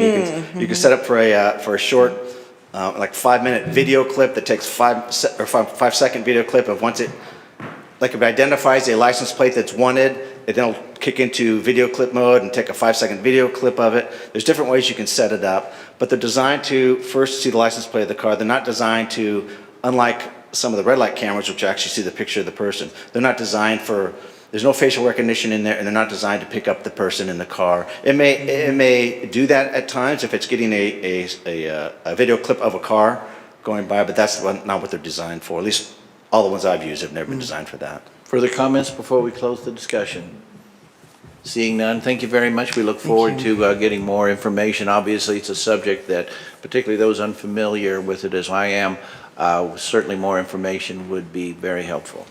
If I'm able to answer some of these questions for you through email, would you like me to send to all of you, or how would you like me to? Actually, I was going to ask if administrator would like to be kind of the clearinghouse. Also, if we have questions that come from the commission, perhaps you can make sure you kind of group duplicate questions together so the Sheriff's Department is not answering the same question 4 times. Absolutely. So if you think of some additional questions and you want to forward them, we'll make sure that Captain Agdarian gets them. And then similar to what we've done, like during the budget workshop, when you had questions, we sent out a response to all the questions to all the commissioners. I want to follow up and see, is there a desire by the commission for the captain to reach out to a representative to do a demonstration at the next meeting, which would be the 29th? Okay. Yeah, I mean, obviously, I would like to see more information, but I think we should go forward with this. By the way, before we leave the previous subject, Captain, is that method of us submitting questions to you, will that work for you as far as that goes? Is go through our administrator, and that way you've got one point of contact? Yes, absolutely. You're not trying to gather 7 of us together. But this was fun. All right, yes, that would be fine. We'll just work together on that. Okay. That sounds great. So with that, this discussion item is concluded, and we move on to our next one, which I managed to cover up my agenda. So I'll take a moment to bring that back up. Okay. Come on, Jerry. Our next discussion item is the ordinance that is proposed, I believe is ordinance relating to Section 30. That is correct. So the commission may recall over the last several months, you've had quite a bit of different discussion items on procedural and how the commission would like to conduct business going forward. And so there's been a lot of discussion at several meetings. We've also, staff had received a couple of suggested language changes from a couple of commissioners. And so staff met with those commissioners, and I believe you all have received copies of those two individual proposals. And so staff earlier this week met with both commissioners in a meeting to try and have some discussion about the various proposals and have maybe some consensus building of what potential changes would look like. So included in an email that you all received, and we also put it in the packet for today, we talk about it as Ordinance 33 because that's the most recent ordinance that amended Chapter 30 of the Municipal Code that basically outlines the rules of procedures for commission meetings. And so you have in your packet a draft, and it really is just a draft based on the meeting that we had earlier this week with two commissioners to kind of have a starting point of discussion of those particular items that have been discussed over the last several months with regard to operations. And so if the pleasure of the commission, what I thought I'd do is have the county councilor walk through this particular draft with those particular changes and then open it up for discussion and see where you would like to go from here. Mr. Counselor, if you'd like to go ahead and start the discussion with your outline. Very good. Thank you, Commissioner. First, I want to say really do appreciate Commissioners Johnson and Wagner kind of working through this. They both brought ideas. We tried to get together and bring those into a document. I tried to put that together into what I think I was hearing, or what I thought I was hearing, and that should be what you have in front of you. Speak a little bit more in your mic, please. Thank you. Pull it to me a little more. Okay.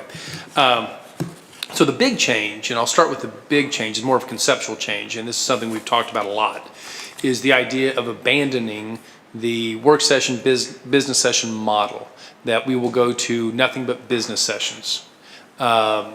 Typically for a month, that's not required, but that would be the typical expectation, depending on obviously the amount of work available, holidays, travel arrangements for the commission, but that would be the expectation like we've been doing.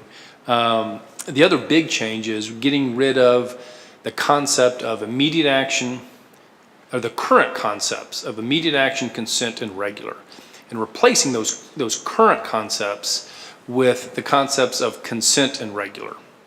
And they're different concepts. So the consent agenda that we would be using going forward is different than the consent agenda that we have used. The consent agenda that we're proposing would basically be the kind of the immediate action agenda, but it's really more the things that we believe to be non-controversial, and an agenda that you can pass with one motion. Let's say there are 6 items on that agenda. They're all very simple, very basic. Historically, this commission has said these are things that we think are pretty non-controversial. They would then be passed as a group.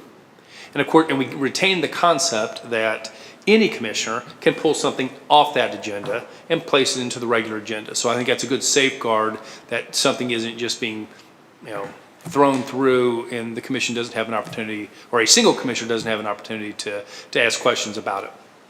Now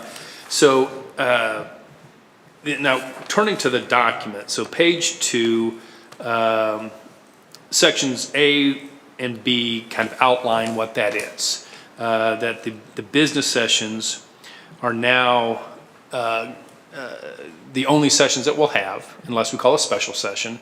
And of course, the first item that you see a lot of verbiage on, I want to make sure that we're all clear on it, because this is something we've had a lot of discussion about, is how do we stop something from being passed on I'm going to say a first reading, because there's the idea that if it's a bare majority, maybe we don't want it necessarily to pass. We want to spend more time on it.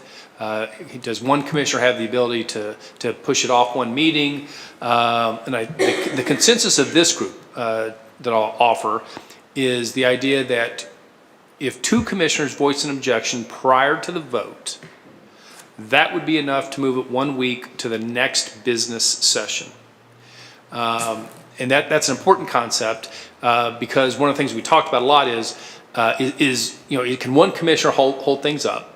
And I think there's some feeling that maybe one's not enough, but that if you and your buddy think we need a little more study time, we want a little more information from staff perhaps, that should be enough. But importantly, the way it's written is that it says if 2 commissioners voice an objection prior to the vote. And that was important because, and this is a good point from Commissioner Johnson, is that you could say, hey, I'm going to vote against this, but I'm okay with it going forward. So that as long as it passes that, we get to the vote, a bare majority will pass it. So it is incumbent upon a commissioner to say, no, I'd like this to hold and not go forward. And so I think that's a key understanding of how it, and of course that could change if you guys wanted a different approach, but I thought that was a good approach to allow the 2 commissioners to push it off a week, get more information if they need it, but also allow it to move forward and even move forward under a bare majority, a simple majority, as long as the commission was okay with moving forward that day, even if one commissioner again wanted to vote no. Now one thing about this I want to point out, because this came up after we met, and I think it's a fair point, is the way it's currently written. I would take probably the approach that where the language that says 2 commissioners can object and move it to the next meeting. I think that probably would include the presiding commissioner at that moment. Because the presiding commissioner may or may not cast a vote ultimately, and so it's still a voting member typically. So I just want to make sure I point that out. Any questions about that concept or that paragraph? Okay. Next one is that we made changes on is 30.19, and pretty simple, at least on the commission sessions. We added invocation under point 2. One thing I do want to point out here is we did not put any language in the ordinance, and I think this is the right thing to do, about how the invocation is going to take place. The previous ordinance had a fairly involved paragraph that the previous commission just didn't follow at all. So I think if we pass this, there will be an invocation, but I think it'll be up to this body to decide what that means and how you want that invocation to come out. There may be one of you that wants to volunteer every week to do it. You may decide to rotate it among yourselves. You may assign it to a staff member. You may call in someone to do it from the public. It'll be up to you, but I didn't like an approach that required a very specific invocation process. Questions there? Just saying, prior to the 48 hours before, any commissioner can go ahead and add something to the agenda for that next session, right? We're not, I don't think we're to that section yet, if that's what you were asking. I thought that's what you just said, I'm sorry. No. Are you talking about? Oh, okay. Oh. I apologize. I don't think we're to that section yet. Mr. Counselor? Oh, did I go past something? Yeah, you did. Yeah. Oh, I apologize. So I appreciate that. We left something out for a very specific reason. Let me get back. I never make mistakes. Yeah, let me quickly finish up the agenda and then we'll come back to that. I appreciate that. Okay. Again, so we're getting rid of the concept of immediate action and changing the concept of consent agenda. We moved reports up so that really commissioner comments are the last item, and I think that's a good approach as well. And then, so we'll come back to the rest of that, but yeah, let's go back to 30.17. This was a topic that we talked about a lot, and we left it as it is because we really wanted some feedback from the whole body here on this one. And I'll give just a little bit of background before we dive into it, which is when the commission had their retreat a year ago, this was also a topic of considerable discussion. The core concept is, what does it take for a commissioner to put something on, and should a commissioner be able to put something on as a resolution or ordinance without more consensus from the commission? Last year, the approach that we kind of came upon or got to, which is embodied in the current ordinances, is that if a commissioner has an idea for a resolution or ordinance, presents it to the administrator. If the administrator immediately says, "Oh yeah, that clearly is something we need to do. That makes sense," then the administrator will put it on the agenda. If there is some discussion that the administrator believes needs to happen on this before it gets reduced to a resolution or ordinance, then it must get put on as a discussion topic, which is what we've been doing the last couple months. And with the idea being that when something comes on to you for discussion, one of the things we're looking for is just some direction. Is there some consensus that, yeah, this is a resolution we'd like to see go forward, or an ordinance, and then we will commit the staff time it takes to put the resolution together, do the budgetary review, do the legal review, all of that.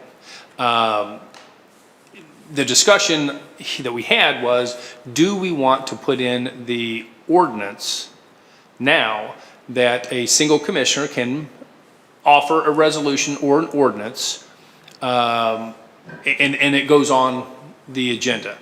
So that's the discussion point that we didn't resolve, and I don't think there was a lot of disagreement over that. We just thought it was a really important issue that the whole body needed to consider. And so I'll take a pause there and see what kind of feedback or comments maybe comes of that. Does anybody have any comments they would like to make? I'll just make one thing that occurs to me is, because now we have a 7-person body, maybe one way to work that would be to have, and this good, bad, or different idea, I don't know, but that would be to have a second commissioner support that. So if Commissioner Smith wanted to put something on the agenda, it would require the consent of Commissioner Jones. I don't know that that's a great idea. I'm not sure I really like it or dislike it. It's just another way of approaching it. So I'm just throwing that as an option. So we have 7 members, but it kind of mirrors the idea that one single commissioner cannot hold up an item, but it also means that one single commissioner cannot independently put forward an item, which requires some degree of support from the fellow commissioners. Good, bad, or indifferent idea, I don't know. I'm just throwing it out there as a possible thought. So, for what that's worth, Commissioner Wagner. Thank you, and I know we discussed this when we spoke the other day. One of the issues that I pointed out and that I think is a little bit silent, but I think needs to be addressed is, when you go further into this ordinance, which in this case would be page 6, section 3023, it does say under C1, introduction for passage or approval, number 1 says ordinances, resolutions, and other matters of subjects requiring actions by the commission must be introduced and sponsored by a member of the commission, except that the county administrator may present ordinances, resolutions, and other matters. And so for me, it's a matter of what appears in one section needs to have agreement in the other section. But there's also just the reality that there's only so much bandwidth to be able to go through everything, to be able to follow through and put things on there. So I just bring that up to say that what I think we have currently suggests kind of how we can handle the bandwidth of things that come through and what is requested, which is fine. I just want to make sure that that is also reflected in 3023, that they should not be counter to one another. Yeah, that's all. Commissioner Lawson. Well, as far as the way this reads for commission agenda, I wholeheartedly agree with it. You don't just come running up to her 24 hours before and say, oh my God, put this on. But 48 hours prior to each meeting, before that, I think any of us elected officials should be able to put something on the agenda. Now, having said that, if it is some new law or whatever we want to put in there, then I think, yeah, you're going to have to go back to this other section and say that, you know, the staff needs to go ahead and check it out. There needs to be a little bit more before it's brought forward to the commission. This is just saying we all have the right to put it on there, if I understand this right, and then we can go into more detail further on, right? I think that's a good point. One of the things that we might consider on that too, as far as that goes, is when a commissioner puts something forward, there perhaps needs to be a step in there to where it's just technically correct to form. One of the things that you can always tell when I do any written materials is if there's a typo in it, it's probably authentically from me. So I would, from speaking strictly for myself, I would really welcome staff looking over whatever it is I submit from that point of view. But like I say, I think there might be some virtue to that as far as technically to form. Also something that, and it's interesting that it was pointed out within this document, and that is a consistency. So I don't know, I don't have an answer to this particularly, but it would be good if we had some ability to make sure that if Resolution X was proposed, that it didn't conflict with some other part of our ordinances or some other action that we've taken. So I'm not sure what the answer to that is. I just bring that up as something that we might take into consideration as we go forward. Commissioner Johnson. So when we discussed this, Commissioner Wagner and those of us that were discussing it last week, the process, so first of all, we talked about a commissioner putting something on the agenda. That can mean a couple different things. And like, do you want to put an ordinance on the agenda, or do you want to put a discussion item on the agenda, those kind of things. And I think what we came up with is what the process should look like is that if a commissioner has an issue, let's say I want to talk about the invocation. I will tell the county administrator, hey, I would like a discussion item, a discussion about an invocation. That'll get the discussion going between us, and anybody can put that on a discussion item. Yep. That will get the discussion going, and then once that discussion is going, we can decide as a commission, kind of just a straw vote, kind of, hey, do we want to move this forward and see what this will look like on an ordinance type deal? And then it'll come back officially after it's vetted through council and staff, and so it comes back in a nice format so that we know it's proper and legal, which is kind of important, and all those things, and then we take a look at it then. I think the real question was, and the perception was, hey, does the county administrator have the authority to keep something off the agenda that we want to talk about? And the answer to that's no. She doesn't. That's not how she's not the control of the agenda in the sense that she has the power to not let us talk about things we want to talk about, and she knows that. She recognizes that. So that's not, if there's any kind of reading into that, that's not what that means. It's just before it comes as an official ordinance that we're going to vote on, it certainly should go through legal and through staff so that it's formatted and it's legal and all that kind of stuff. But as long as we want to discuss anything, we'd put it on the agenda first as a discussion item. Is that correct? That's correct, and that's typically what's been happening.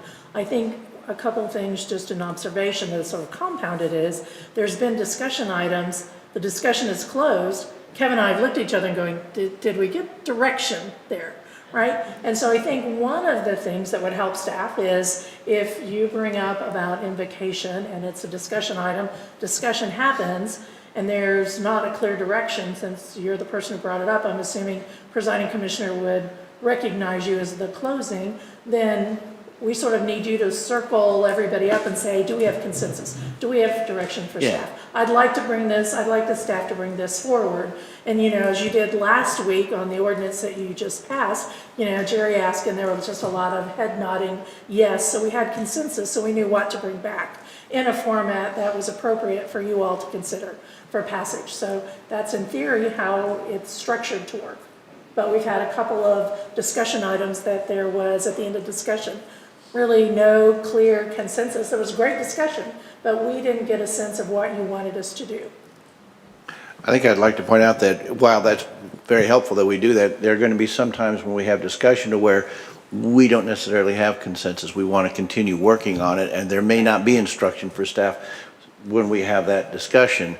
So yeah, what I want to do is I want to make sure that we are looking at any of these things to give maximum flexibility to commissioners to be able to do the work they need to represent their citizens. So I think that's one of the things that I want to make sure that we don't feel similar to the way if someone is here for a zoning issue, they don't have to come up and speak. If a commissioner brings up an issue for discussion, and there doesn't really, it's more just informative or whatever, so I want to make sure that we do recognize the fact that sometimes those informative discussions may happen without necessarily action forward, but I do agree that if there is action indicated, we need to make sure we garner a consensus from the commission and make sure that staff is, what I try to do whenever we do have that is to ask staff if they feel as though they have the information they need to go forward. So, like I say, what I'm trying to do is to inject as much flexibility for individual commissioners as possible. Commissioner Wagner. Thank you. Actually, the point you just made does actually suggest a potential impasse, an area of confusion, which is, areas of process, like what we're talking about today, suggest that you can get that consensus of here's how we want to transact business. And you can get a sense of consensus on what that may be. Areas of policy, though, may be a little different, right? You may have a lot of discussion and maybe 2 or 3 folks are thinking one way and 3 or 4 folks are thinking another way, but there may not be a consensus because it is of a policy nature. And we have our beliefs and our systems and that's what we do. Under those sorts of situations, I'm not sure that there is. I mean, it's kind of like you're deciding before you're deciding, right? And in some of those areas, it's very difficult to do that, and therefore give a bit of consensus to staff that then generates an ordinance for consideration. And maybe you know where I'm leading with this one, Administrator. I'll let you. You're ready to jump on it, so I'm going to let you do Sorry, that. yeah. You're absolutely right. Policy decisions are a little bit different than procedural issues.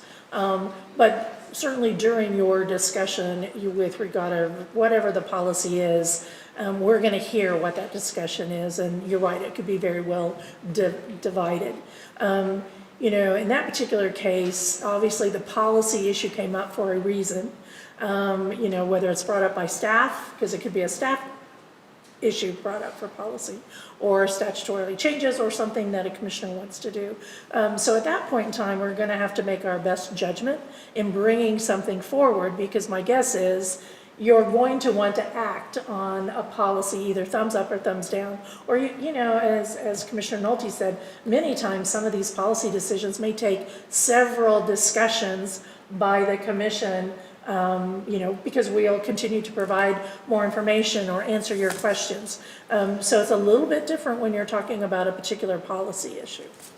And I would just to finish that thought off, I think so long as we understand as a body that can happen, and therefore that smooth consensus may be difficult to be achieved, but the discussion has been had, and there's been various points on whatever that issue is put out there. I just want to make sure that for the person or persons who are advocating for whatever it may be, that the discussion doesn't also signal, well, we're done, or we're not going to have a more public discussion that may involve public players, and whatever that may be. So I just want to recognize that may occur, but if we are still good with bringing those things forward first in a discussion format, that's great. I'm fine with that, and as long as that can lead to staff getting some direction, whatever that may be, then that's all good. I just want to throw that eventuality out there. So, Well, our goal would certainly be on a policy item to try and incorporate as much of the desire of the commission as we can in that policy for you to consider, recognizing the fact that you're right, sometimes there are going to be things that are just not going to be agreed upon. Yeah. And then it'll be voted in either up or down. And if I can add a little bit more to that, to me, the idea of the discussion and direction approach is not so much about getting everyone to pre-commit to their vote. It's more about getting everyone to arrive at a decision that, yes, this is something that we should reduce to an ordinance or resolution, put the resources from staff into that, and then let's have a more robust discussion when it's a resolution ordinance. And I would also say that when I say consensus, or when you write consensus, I don't think that means unanimous at all. I don't. I think there just needs to be kind of a critical mass of interest in having this matter go reduced to an ordinance or resolution. Thank you. Let's go ahead and, unless there's another comment, let's go ahead and move on. And then, but if there's someone else who really needs to make a point, that's certainly welcome. But let's go ahead and kind of continue the discussion along there, please. So going back to, I think it's 3019, we really focus on, again, pointing out the difference, going to just consent and regular, and really trying to point out that matters, again, this is a change in a mindset. Things can be passed on what we're going to say first reading. They don't have to be urgent. They're not dead on arrival just because they involve the expenditure of funds. It's more about, is it ready to move forward? Has staff done their work? Are the citizens done whatever they want to do to be involved in it? Is it pretty straightforward? Is there any controversy to it? And it can move forward. So I want to make sure, that mindset is certainly embodied here. Because the previous mindset, 50 years ago, 20 years ago, 5 years ago, was we will move very slowly with a 2-session process. The last couple of years, we've accelerated that, but added the concept that single meeting thing, meetings, items can be passed on a single meeting, but there's the idea that they needed to be, maybe urgent or at least not involving dollars. This is a further evolution of that mindset that if it's ready, it's ready, and we're always at a business session, and we're always ready to take a swing if that's where we are. So that's kind of the concept. Next. We added a little bit of language in the rules of debate. Again, we're on 30.20, and there are 3 sections in a row where we just kind of emphasize this a little bit, that commissioners should avoid comments of a personal nature in public or on the record. 30.22 kind of reinforces that. We kind of got rid of there's a concept in 30.22B, and I appreciate Commissioner Wagner's identifying this, that uses the word slanderous. And that's a legal term of art that I don't really prefer here. So I substituted engaging in personal attacks, which I think is probably more appropriate for rules of debate. And then subsection C below it again uses the words comments of a personal nature. Now, and again, here we're going to focus on, your body. If one commissioner believes another commissioner is out of line, there's going to be a point of order. It's going to be up to the chair to make a decision. And if there's an objection to that decision, it'll go to a vote. And that's how it should be. Historically, that's been very rare. It was a little less rare a few years ago, but historically very rare, and I suspect will continue to be very rare.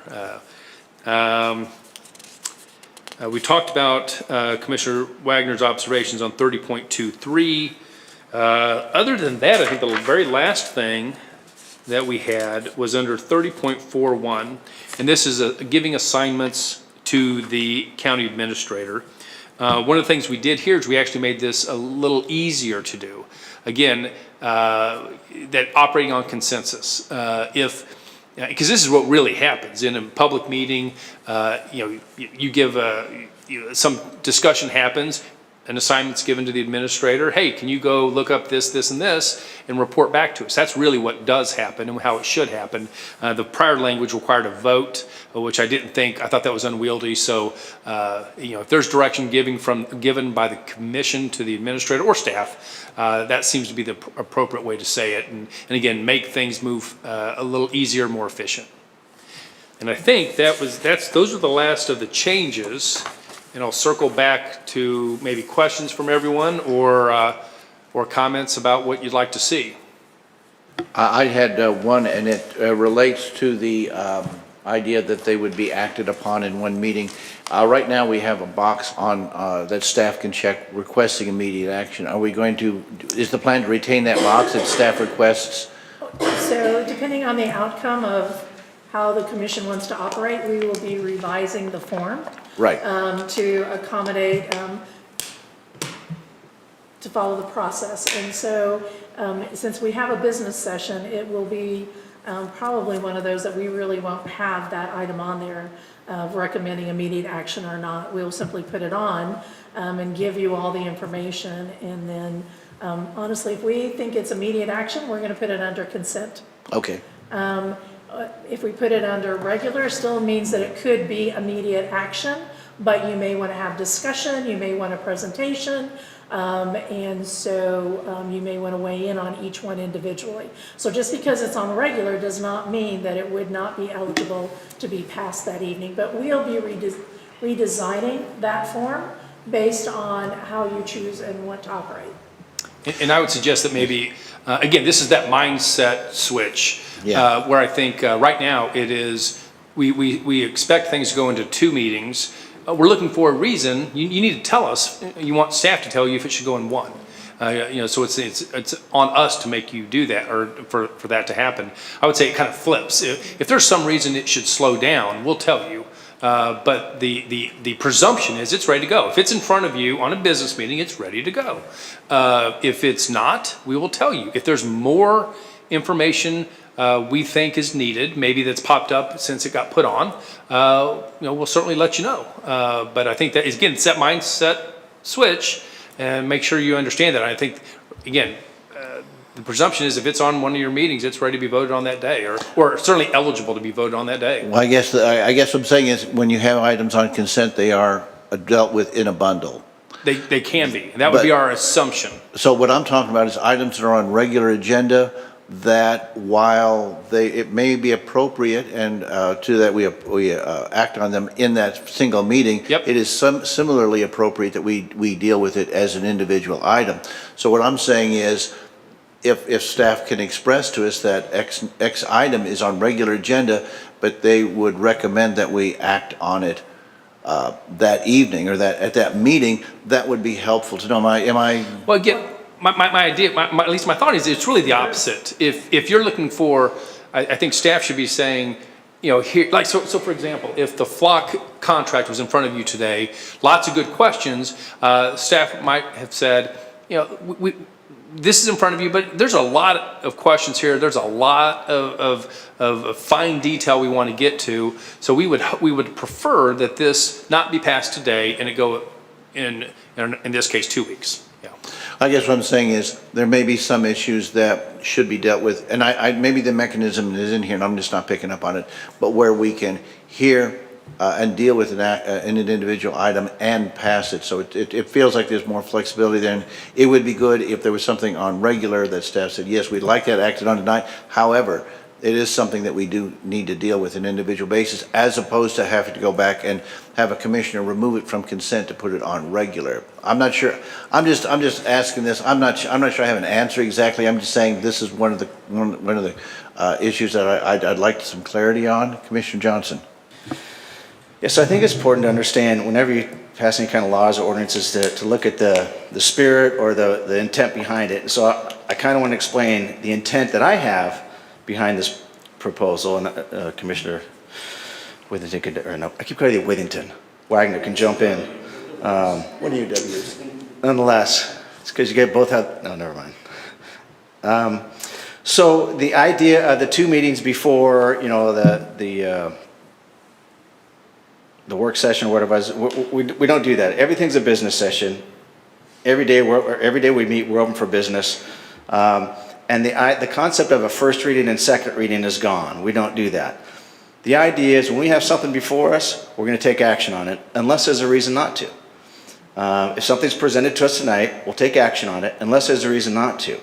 And the way to work around that, and the intent here is not to push anything through that shouldn't be pushed through. The intent here is those items like we've done in the past, hey, we all agree yes on this, but we're going to wait till next week to vote yes on this. We're done with that game. We are going to, if we're ready to take action, whether it's a yes or no vote, we're going to vote on it. The only exception to that is if 2 commissioners decide, you know what, we don't have enough information, we have some questions of legal that we need to come back on next week. whatever it is, we have concerns from our constituents, we want to hold this over, then we hold it over. And I don't think that can't be used as a game, as gamemanship. That can't be used as an excuse to not pass something. It's truly, hey, listen, I've looked this over, I've done my due diligence, I've done my research, I still have questions. I'm still not comfortable voting tonight. And even if I am voting tonight, but Scott's not comfortable voting tonight, I'll say, you know what, I see that Scott's not comfortable, so I'm going to join Scott in saying, let's push this over. There's your two commissioners right there. We're going to push this over till next week. But regular agenda items, we get voted on what would have normally been called first reading, but we don't have a first and second reading anymore. It's just, we're here to do business. Here's the item. Let's make it happen. If we're not comfortable making it happen, then we'll move it forward. But in most cases, and I think 90% of the time that we've seen here in the last couple months I've been here, we've been ready to go on most things. And those things that we weren't ready to go on, most of us agreed we weren't ready to go on those things. So that's kind of the concept and the intent that I had behind it. If you have more to add to that. Well, it's not really so much in intent that I'm more interested in what the mechanism is. So the intent I'm okay with, but what I want to make sure is if there's something that's been put on consent, it would require a commissioner to say, gee, I'd like to discuss this individually, which is great, but you know, I don't want to get overly using the consent. So for instance, the issues that we had, the bundled ones, which were the agreements with the different municipalities, we passed it tonight. That's great. I think it was appropriate that it would not appear, and it was not, but I think that would not be an appropriate item for consent, although we might get to the point where that got onto that. I want to make sure that those items that do require some discussion and are, I think, appropriate for us to pass that same evening. I wouldn't want to see things get moved too aggressively onto consent, because on something like this, you know, obviously the new commissioners had some questions because it's new information. So I guess what I'm saying is I want to make sure that we don't get too aggressive on putting things on consent. Right. Keeping it, and so that if it does go, for instance, these items on regular agenda, if staff recommends we pass them that night, that doesn't mean it's a consent item. That just means staff is recommending action be taken that day. So I'm trying to make sure that all commissioners have the information they need to vote at that time. So my understanding is we don't put things on consent. You do. Correct. And we have the option, anybody has the option to pull it off consent and put it on regular. Right. So if we get it, like just tonight, we have an agenda and there's some things on consent, we can either say, hey, you know what, I'm not comfortable with this on consent, I can pull that off consent and put it on regular for tonight and talk about it. So that's still in effect. But there are items like this one where staff might say this really is not appropriate for consent, we want it on regular, but what I would like is guidance from staff to where they would say, we recommend that you pass it tonight. So that's all I'm getting at, is to make sure that we don't end up, I want staff to be able to recommend that, and maybe I've got See, the wrong that's what I think thing. we want to get away from, is the default is we're going to pass it tonight unless we have a reason not to pass it. Okay. I'm sorry, Commissioner Wagner. Thank you. So what Commissioner Johnson has described as the thought process is exactly what we talked about. But I do understand what you're asking, and really I think it's a matter of how you propagate the rules under the administration, right? Because it can get, I would suggest it would get problematic over time if we assume everything that's on consent is there to be dealt with that day, and everything on the regular agenda may either need to take time, or it's up to us to decide if we want to take action that day. It's really a matter of how much information do we think we need to provide to the commission in order to make a judgment. Consent, you assume not much. Regular, you kind of assume a little bit more. And so, but I think it's really a matter of how staff sets up that discussion when it comes to the regular agenda, right? You following what I'm... Right. So again, consent are going to be those items that we consider routine in business. Not a lot of debate, not, you know, if it is a special event that we've done in the parks for the last 25 years, and there's been no change in that special event, we're probably going to give you the information, but we put that on consent. And again, to Commissioner Johnson, if for some reason a commissioner wants to talk about it, then you pull it off and it's under regular and it's discussed and then voted upon individually. But I would like to make it clear a little bit to what the counselor is saying is, if staff puts something on the agenda, whether it's consent or regular, and it is an item, a resolution or an ordinance, in our opinion, it's ready to go. So to Commissioner Nolte's point is it immediate or not? We would say it's ready to go. We say you can approve this.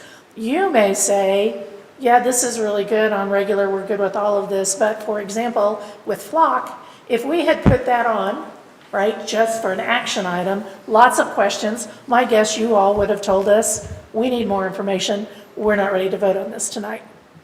Our goal would be, just like it was tonight, if we have something new coming before you, or if it's something different, we're going to put it under discussion item like Flock was tonight, to give you an opportunity to hear about it, to give us information, to ask us questions, and let us get back to you before it comes back. So when it comes back, our goal would be it's ready to go, and we hopefully have provided you all the information that you need to make a decision. With regard to consent, we will put things on, but we will also be in a learning mode. So if we put things on and you all start, this comes off and something else comes off that's similar at the next meeting, we're still going to get a sense from this commission of what you're comfortable with on consent passing as one item. All of them voted in one item versus taking it individually. And there'll be a learning curve, I'll admit that. Absolutely. But what I take from those comments is you're probably going to see, or we're going to see, maybe a few more things in discussion with the idea that here are the things that are being worked on, so that when they come forward, whether it's in a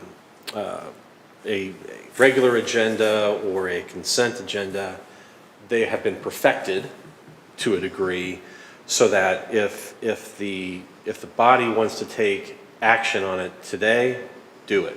If you have questions or concerns, a couple folks can hold it over, but really then what I'm taking is you're expanding the function of the discussion to be able to kind of run through some of those issues and questions, unless of course there's a date or there's a reason why you got to take it now. But a timing issue, but otherwise you utilize the discussion piece of our agenda as a way of kind of working through some of those things. So it's kind of a first read, but it's really not, but it kind of functions in similar fashions. It's really more under discussion, it's more of an introductory. Yeah.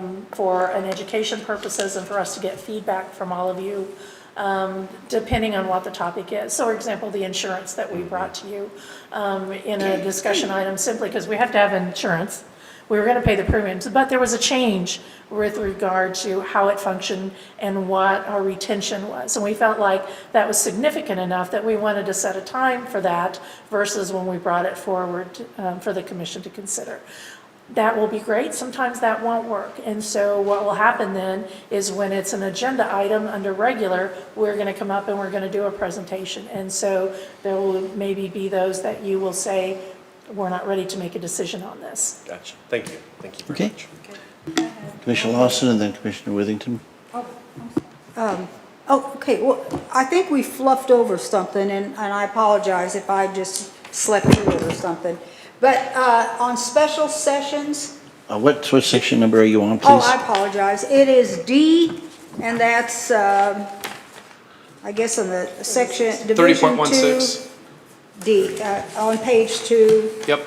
Section D. It says special sessions. The commission may elect to conduct a special session to address particular or urgent issue. In order for a special session to be conducted, 2/3 of the voting members present must vote to conduct the special session at the time the commission votes to approve the agenda for the meeting. So, why the 2/3? Why can't it be just a majority? I was wondering, because it sounds like it might be something out of the Constitution. Is there some constitutional reference here? No, absolutely not. So this is something like on a special session, it might be called on short notice, might be, it's just a way to, keep, to be honest, I think probably the original language, because this was from a few years ago, was to keep, a majority of the commission from calling a meeting on 24 24 hours notice that might kind of become a problem for, other commissioners, to keep it from being used as a weapon, to be honest. But I don't have a lot of heartburn whether it's majority or 2/3 on this one. I guess, Well, it depends on how many are there. So it's the present issue, but it depends on who's present. Yeah, so if everybody's here, then it's the same number to do it. But I guess if it was 3-3 to do it, then the tie break would happen as well. okay. That doesn't give me a ton of heartburn one way or the other. That wasn't a discussion topic for us, but that doesn't give me a ton of heartburn. Okay, all right, the other thing is that going back to Division 3, 30, 40, or actually 41, excuse me.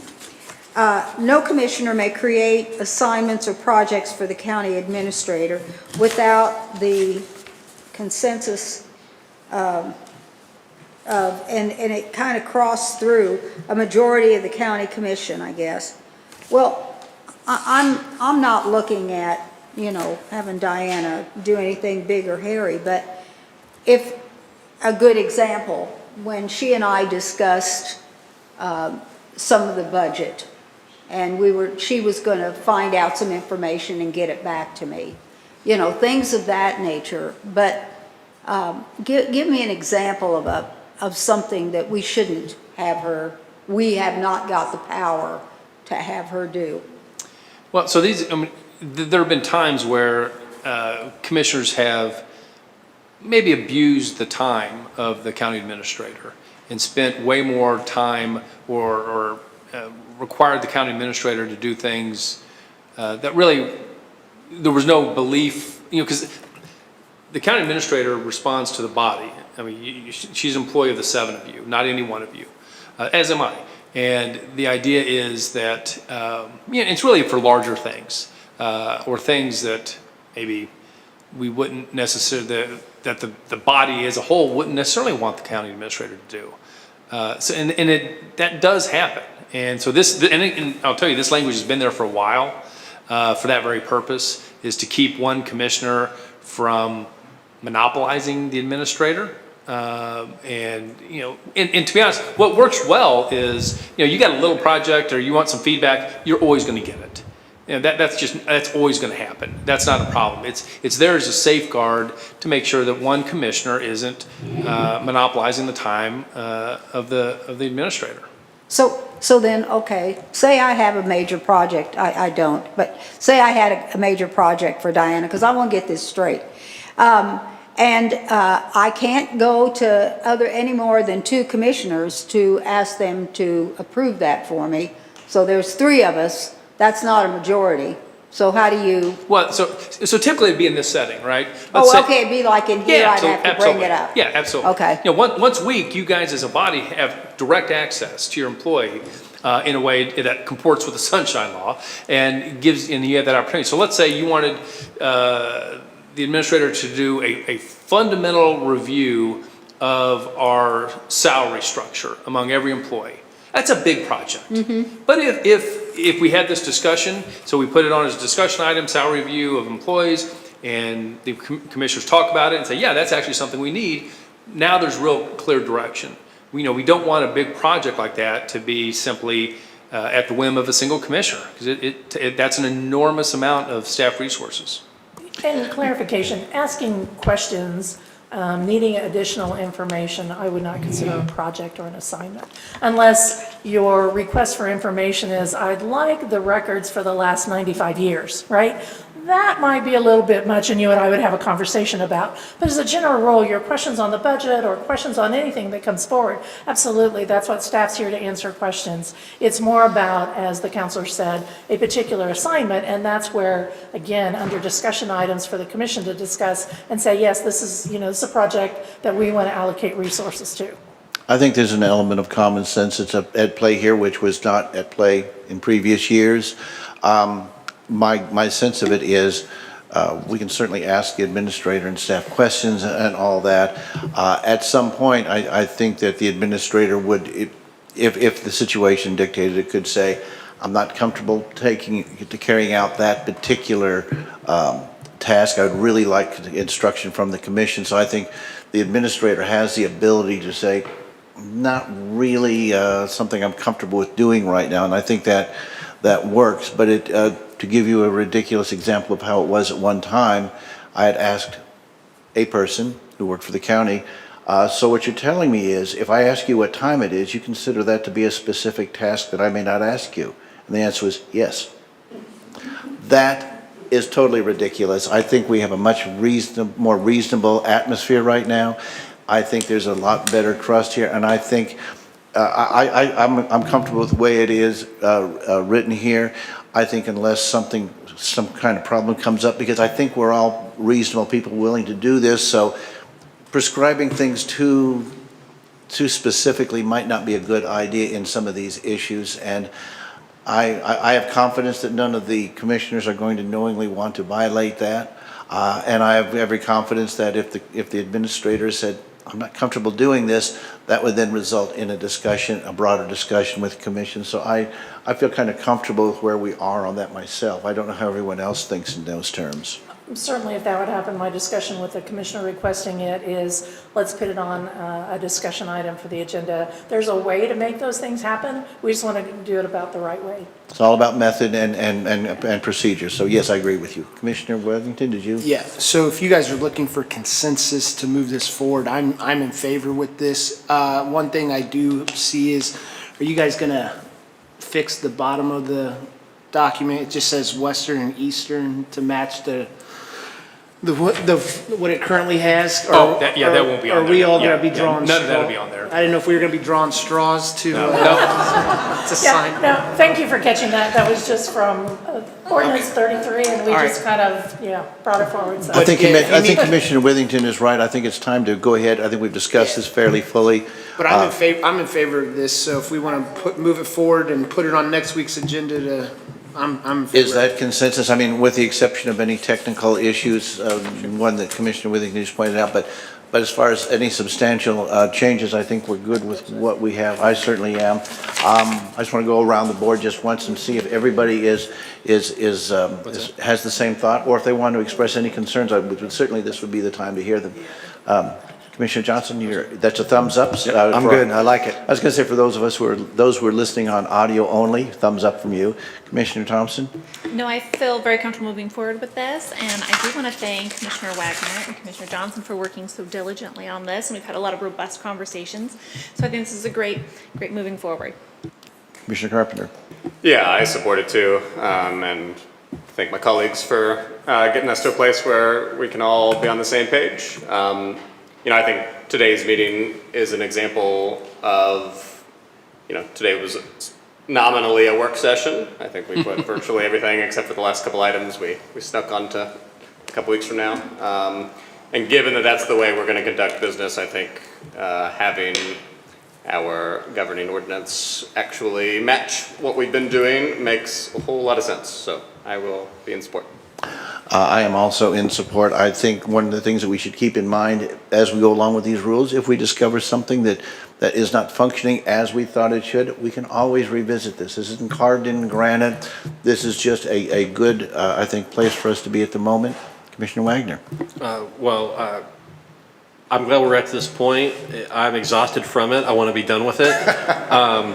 But I do want to thank my colleague, Commissioner Johnson. I think we had some great conversations, and I appreciate the staff's we just huddled together, figure it out, and we have what we have here. And I think that's very telling as far as what we can accomplish as a commission. And so, yeah, rock and roll.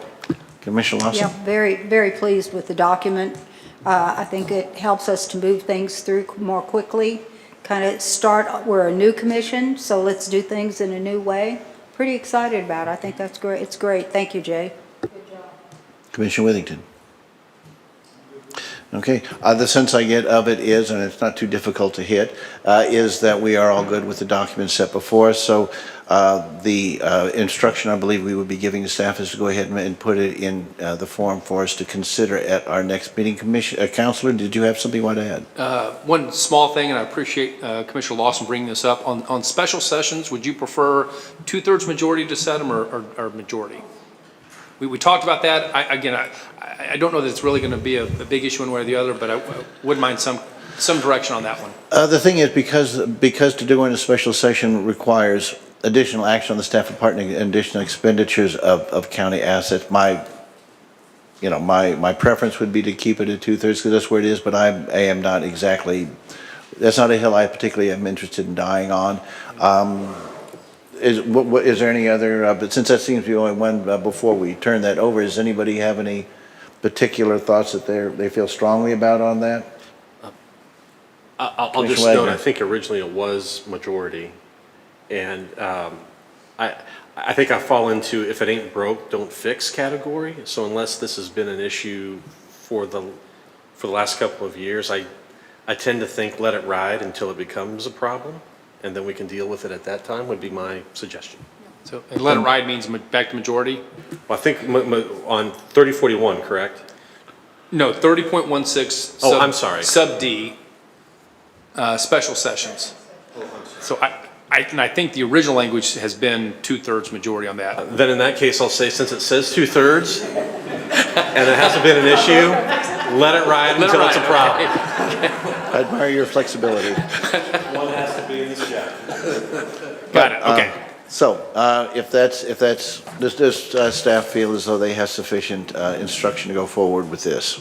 We do. We will clean this up into, get rid of the red line version, and we'll have that on the next meeting for Okay. commission consideration.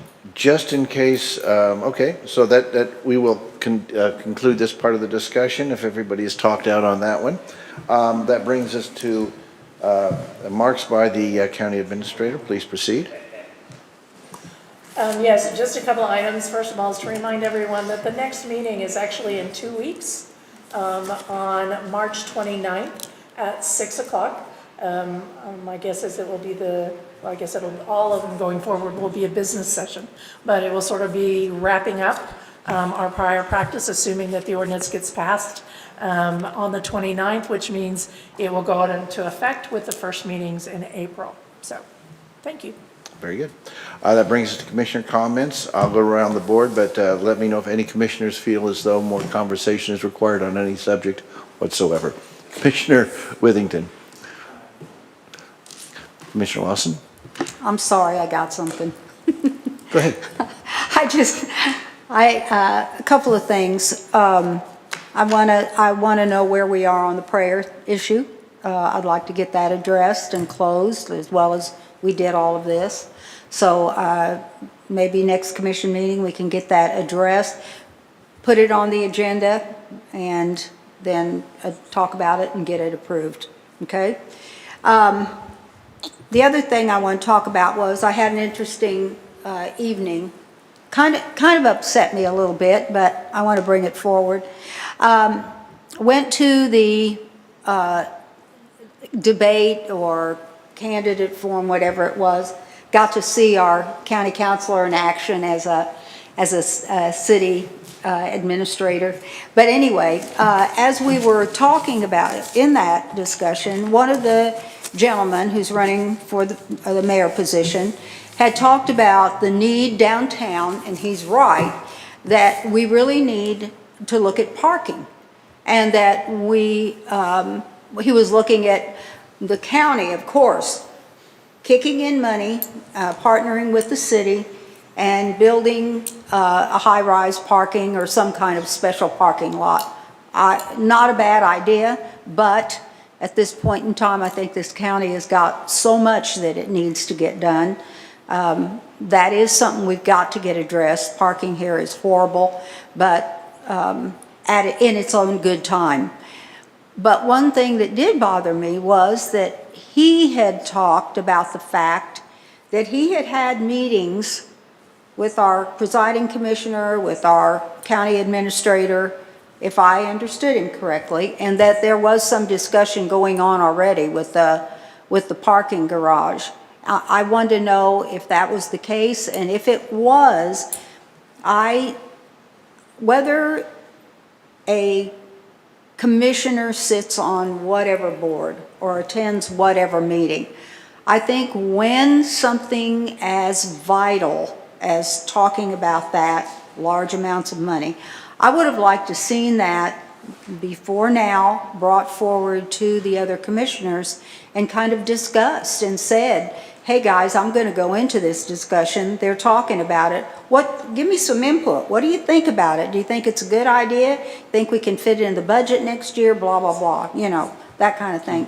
I'd like to see a little more of that openness for everybody. And in the same way, on the board appointments. Now, we saw the board appointments, and we saw those board appointments a week or so ago, but they were kind of set in stone already. You don't want to go back after people's names are put on the list, and those people are excited about it, or maybe they're not, and they're thinking, oh crap, I didn't want to do this again. But whatever, you don't want them to be the subject of a discussion, in open court. I would like to protect their privacy, and before names are put on the board, I know you have the power.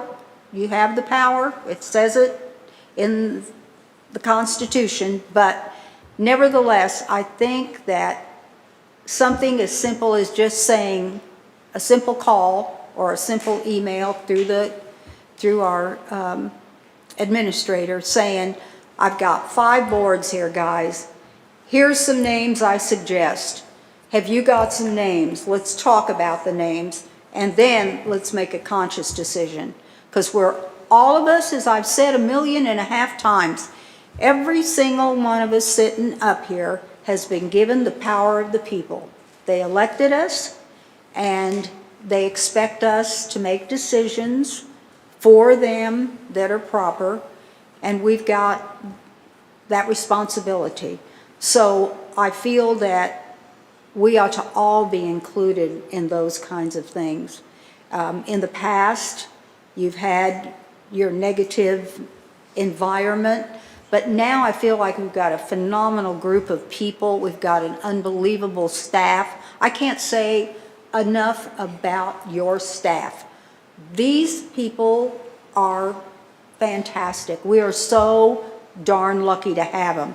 And so all together, we can make such a difference. But I have said it, and I'll continue to say it till somebody makes it not this way. I feel so damn hamstrung oftentimes in the responsibility I have that I'm not being allowed to participate and make decisions. They're being made. And then, oh, by the way, commissioners, here it is. It's laid out for you. I don't like that. I really don't like it. So that's all I've got to say, and I'm sorry, I don't mean to always end on a sour note, but I from my heart, this is the way I feel. So take it or leave it. Commissioner Wagner. Thank you. I'm going to take a point of personal privilege to point out a couple of folks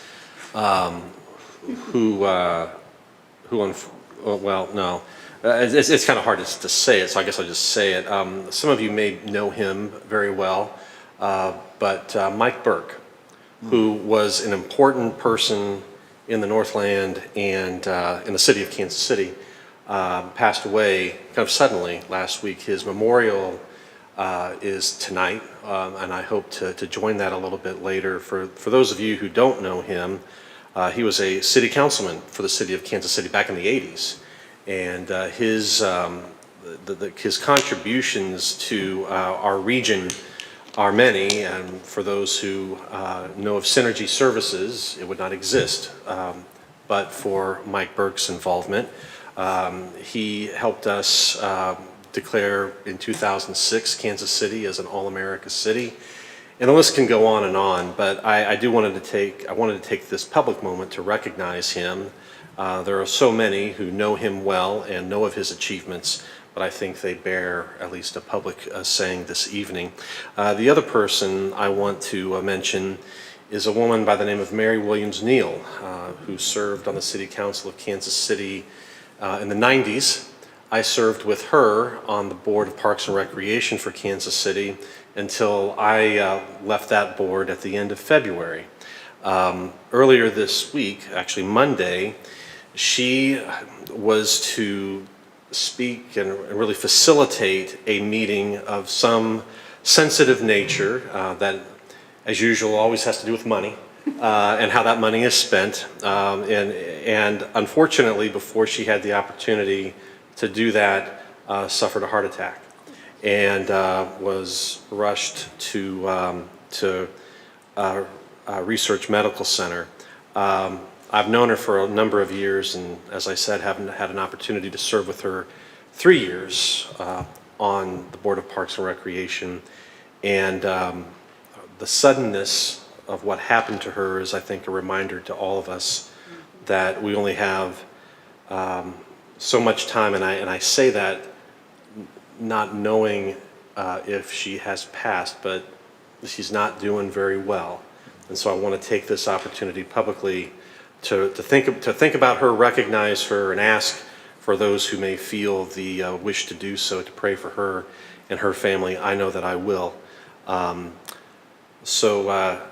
You know, a lot of good people have done a lot of good things in this city, and it is a shame when that service comes to an end, but invariably it always does. But I wanted to recognize those two special people who mean a lot to me and who I am thinking of now. Thank you.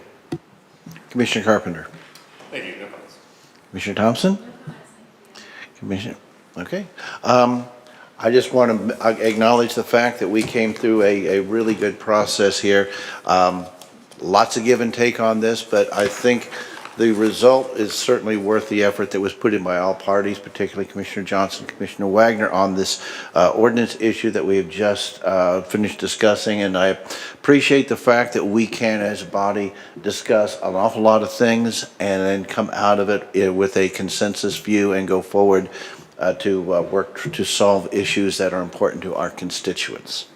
With that, we are adjourned. Thank you.